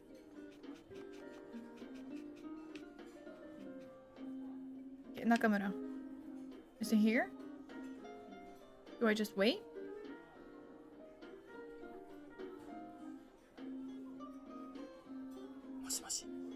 Oh? Oh? Oh?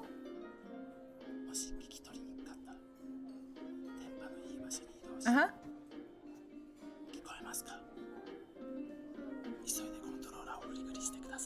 What dial? What do you mean? What do you mean dial? Huh?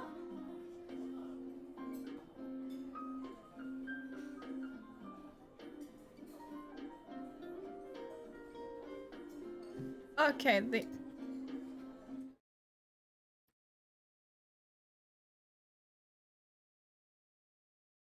That's not it. Is it?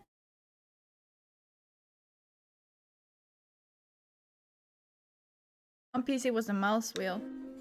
They said right analog stick.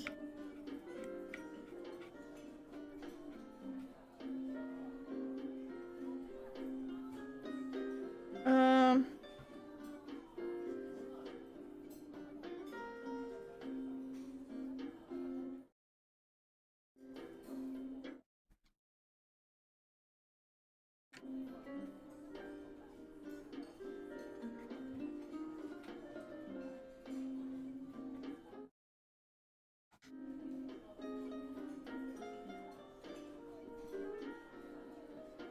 Hold on. Wait, if I... Nope. Go back. Okay, let's try the mouse wheel.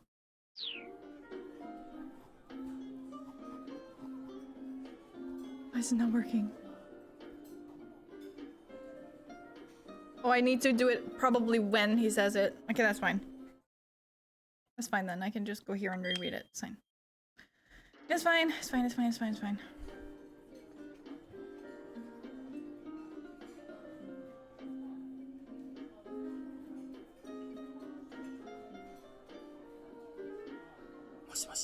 Hmm? What?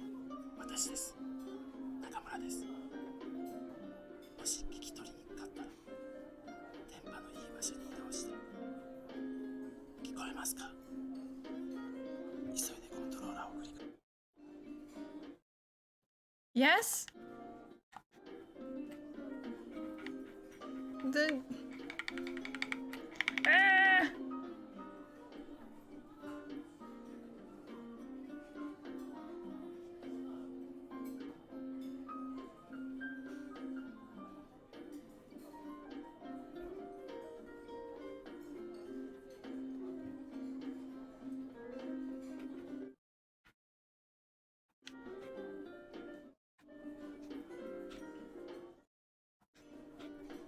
Nope.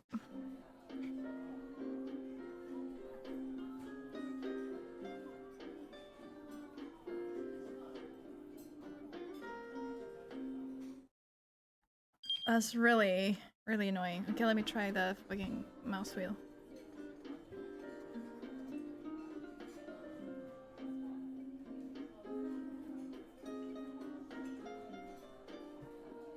Mouse wheel up or down, by the way?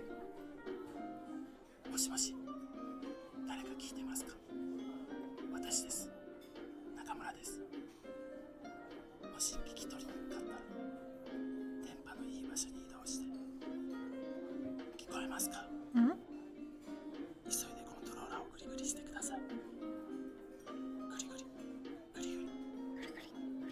What? What? What? What?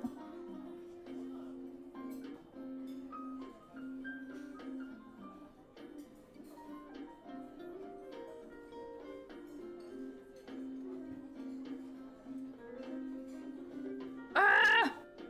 Okay, this is finicky.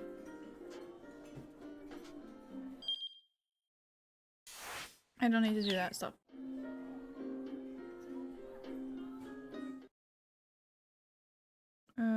Enter.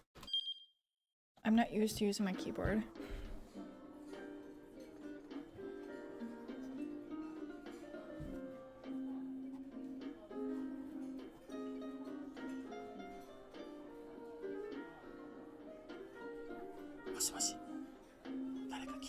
Hmm?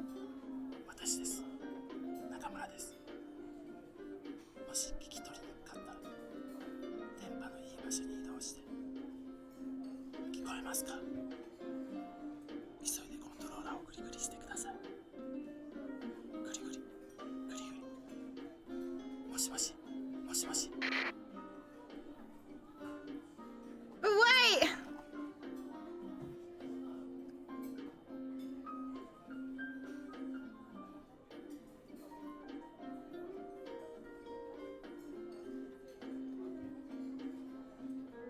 It's so creepy when he whispers. True. God, this is so difficult. Like, I know it's spooky month. Do I just fucking go ham? I don't understand what I'm supposed to do exactly. It's not being very clear. Also, do I just stop it when it like starts getting really like glitchy or? Mm.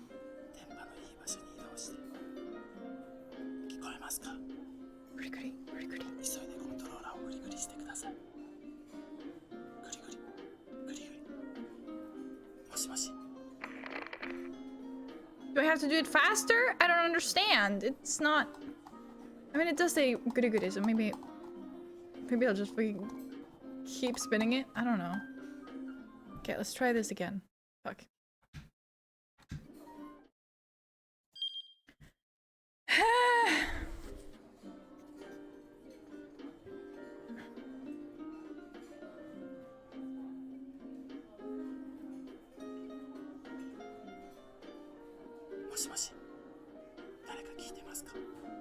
Up and down repeatedly? Okay.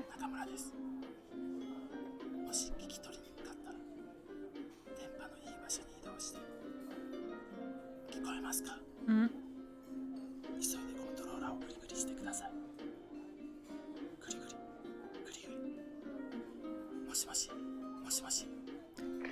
But it stops!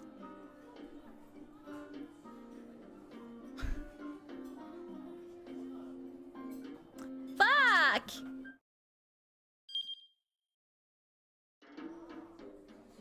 If done correctly, it will bring up a black screen.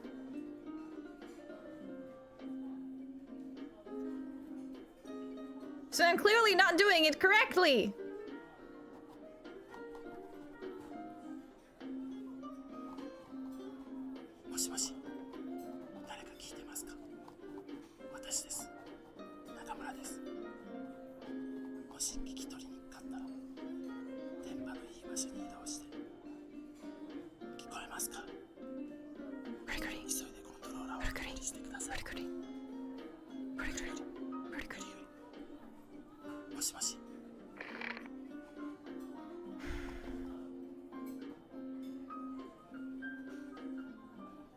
Is it only when he's speaking? I mean, I feel like it is because it's not reacting when he stops.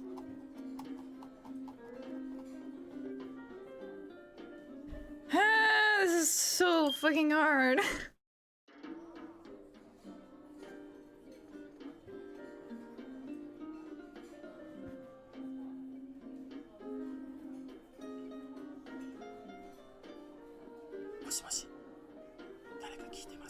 Mm-hmm. Nakamura.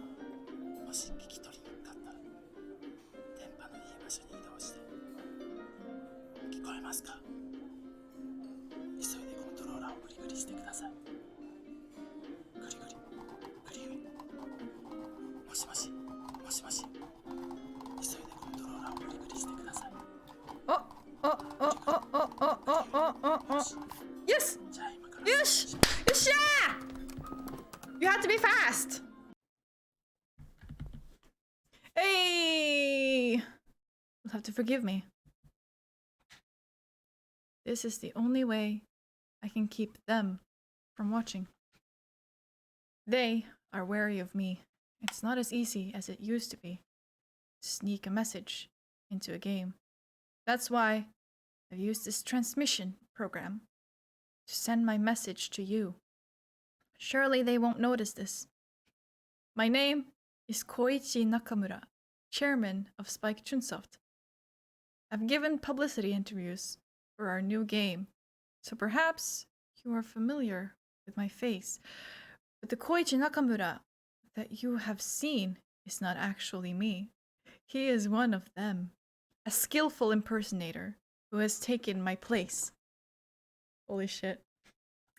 Yet it seems that my captors are fickle masters.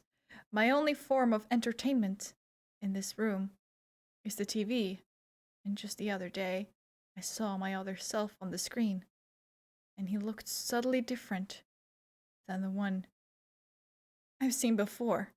The original Koichi Nakamura, who replaced me, seems to have been nothing more than a disposable pawn to them as well. I've been locked up in this tiny room for a long time. Telling the world about my captivity seemed impossible, and I had long since given up. But now, a chance has suddenly come my way. The other day, the fake me came to my prison room with a request. He told me to remake my old game, Door Door, so that a version could be included in this game. He told me that I had 1 hour. I tried to tell him that this was impossible, but he wouldn't listen. He just said, "I'll be back in 1 hour," and departed. I'm sure he intended to torture me mercilessly if I didn't meet my deadline. I had no choice. I had to do it. I dragged a dusty PC from the corner of the room and started coding as hard as I could. A half hour later, I had managed to finish. I gave the code a test play. I hadn't managed to reproduce all the fine details, but it worked. So that was good. Still, not having played Door Door in so long, I'd forgotten how difficult it could be. I spent about 20 minutes struggling with it, and then I got an idea. I could hide my message in the code of this program. If all I did was hide it, though, they were certain to find it. In order to keep them from spotting it, I decided to include this transmission program. This should protect my secret. What the fuck? Just now, I received a signal from your gaming device. I am writing this message in reply. Quite frankly, I didn't expect to succeed, but I did. My fingertips are trembling with anticipation. These transmissions are my only means of contacting the outside world. I'm begging you, please, if you can, keep this game close at hand at all times. And every so often, boot the game up and check to make sure my messages are still live. A day will come when I am able to reveal their plan, but until that day comes, please don't let this game out of your possession. You have my deepest thanks for playing.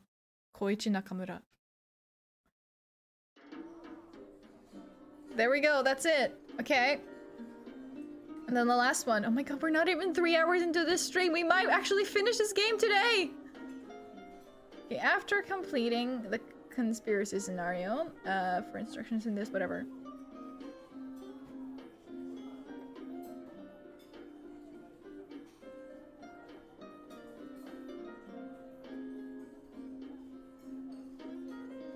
Wait, what?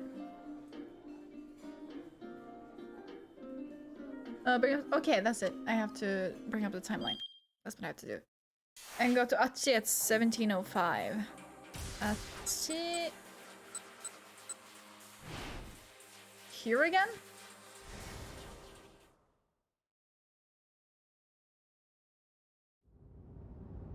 Okay, I just need to get to the side of the road.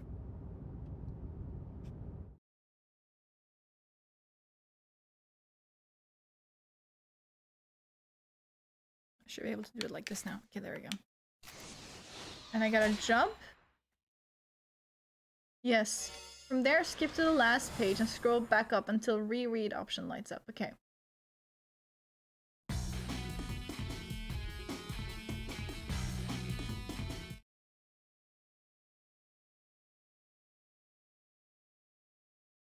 So basically we just skip to the end.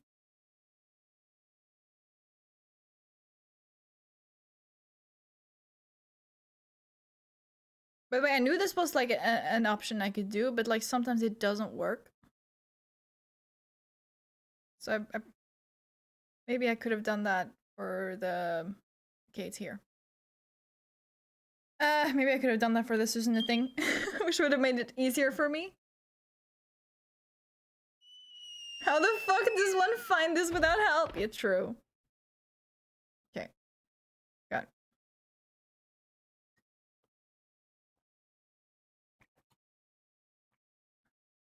You have a point though. I wonder how this was found in the first place.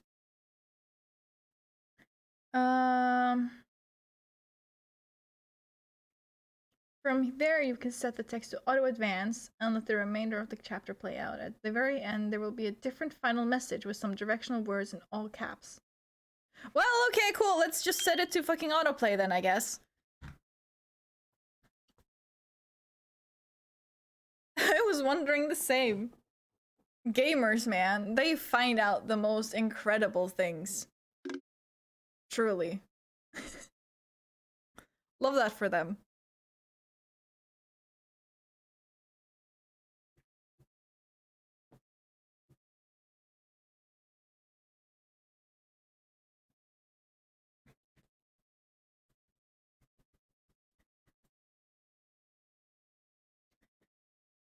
I think this is probably like the most time I've spent on one game for streaming. I don't mind it at all. I complain about it a lot, but I'm not actually complaining. I just find it kind of funny. I think I started saying something earlier, but I never actually finished. It reminds me of when you get to like the end of Virtue's Last Reward. It is a really good game. It is. I've had a blast. And I also keep saying that I was expecting to be like more tired of like reading all the time, but I'm actually not. I've enjoyed it a lot. Even though the gameplay is literally just reading, I do not mind it one bit.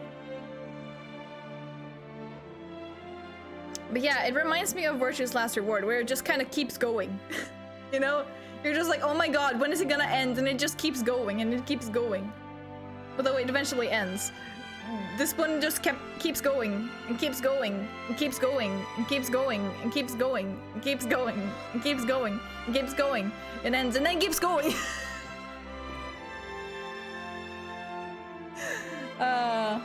And it's great, honestly. I love this game.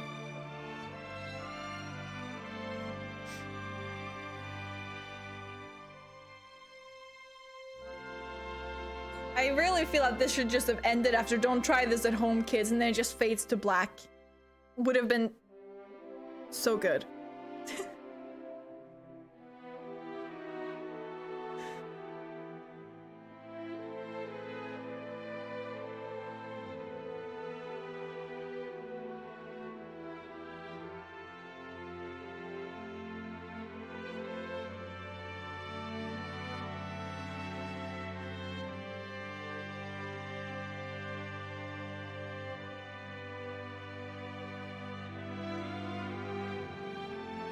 Or they'll always take a cap off the plastic bottle. Either one of them, if it ended just right there, would have been perfectly fine.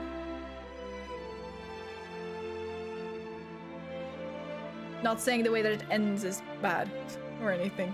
Just saying that would be funny.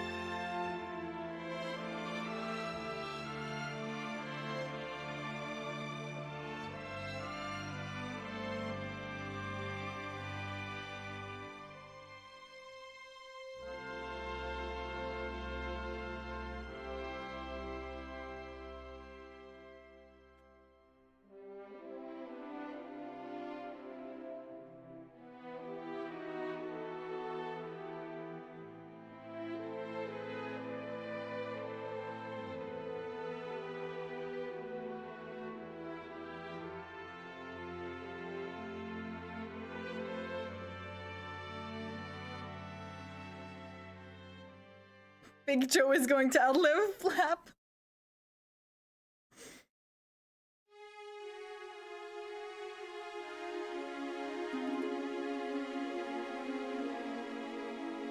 Since paper degrades a lot faster. True. Ah. The curtain falls after a very long day, and all is right with the city at last. For now, there are no more tales left to tell of people of Shibuya, crossing paths and intertwining fates, having painted so many pictures for you already. If you want to see what they are up to, however, come down to Shibuya.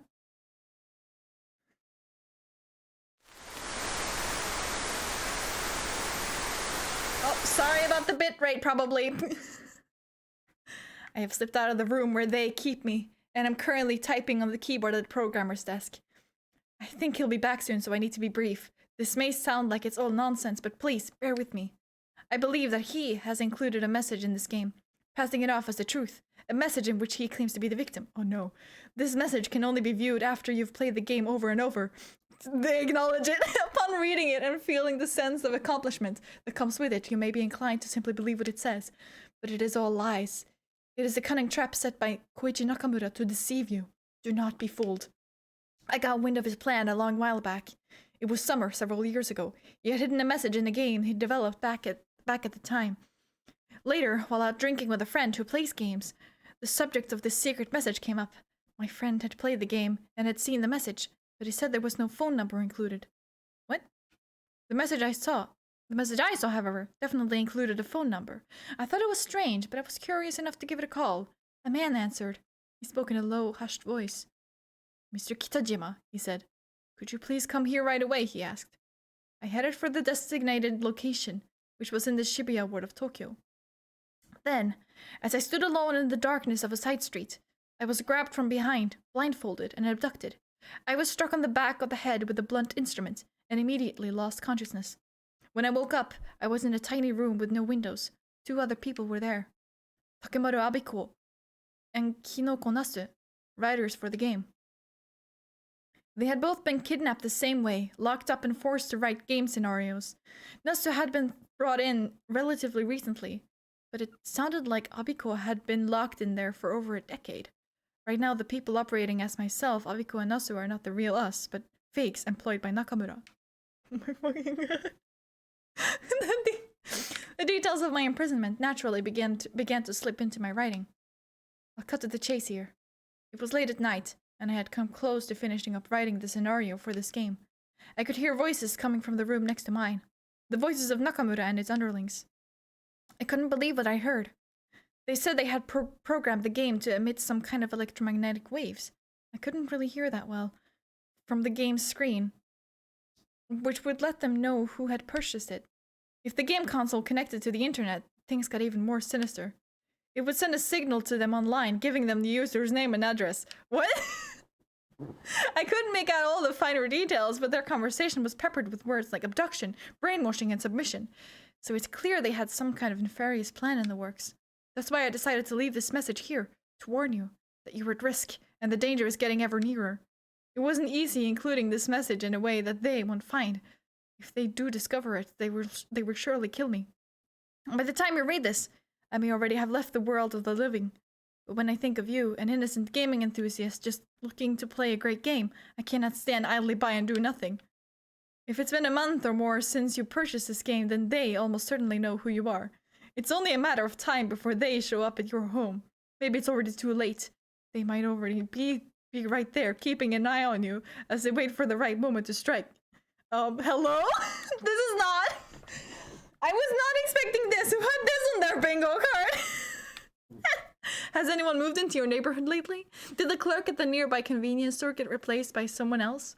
If you live with parents or siblings, take a good close look at their faces. It's not inconceivable that they've been swapped out with convincing fakes. You don't feel like there's someone watching over your shoulder right now, do you? This isn't great for people with paranoia. I mean, you guys are watching me right now. Is it you? Is it you? Fleur, is it you? Fleur, it's you, isn't it? Isn't it? It's you. I know it's you. Fess up to it. Come on, just fess up. I know it's you. Actually, I'm more suspicious of Saf, because they literally showed up out of nowhere. Saf, look me in the eyes. Is it you?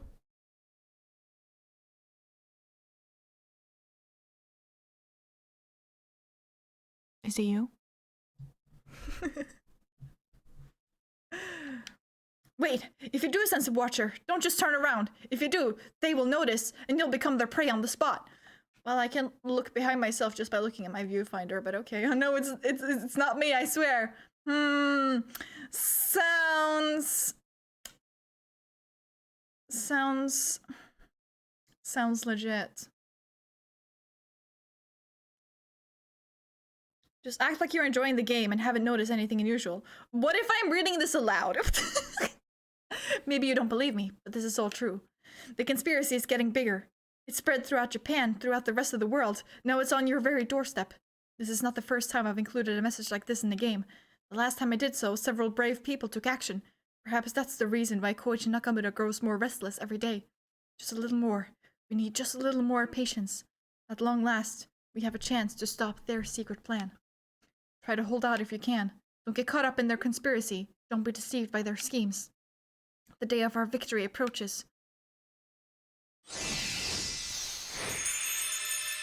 shit, the gay ending! We got the gay ending! Let's go!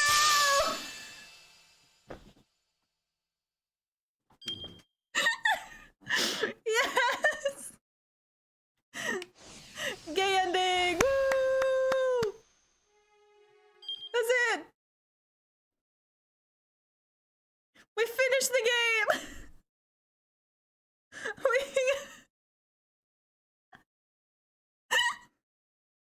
Nice! Oh my god, I can't believe this! I literally cannot believe this! Wow! Oh my god! Holy shit! 55 hours! Turns out those 60 hours I saw before I began playing were right! We're closer to 60 hours and 50 hours now. Just let that sink in.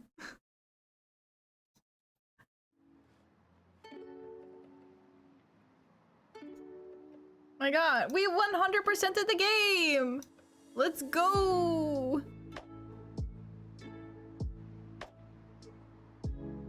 What is the sync one this time? Damn, this was so much shorter than I expected it to.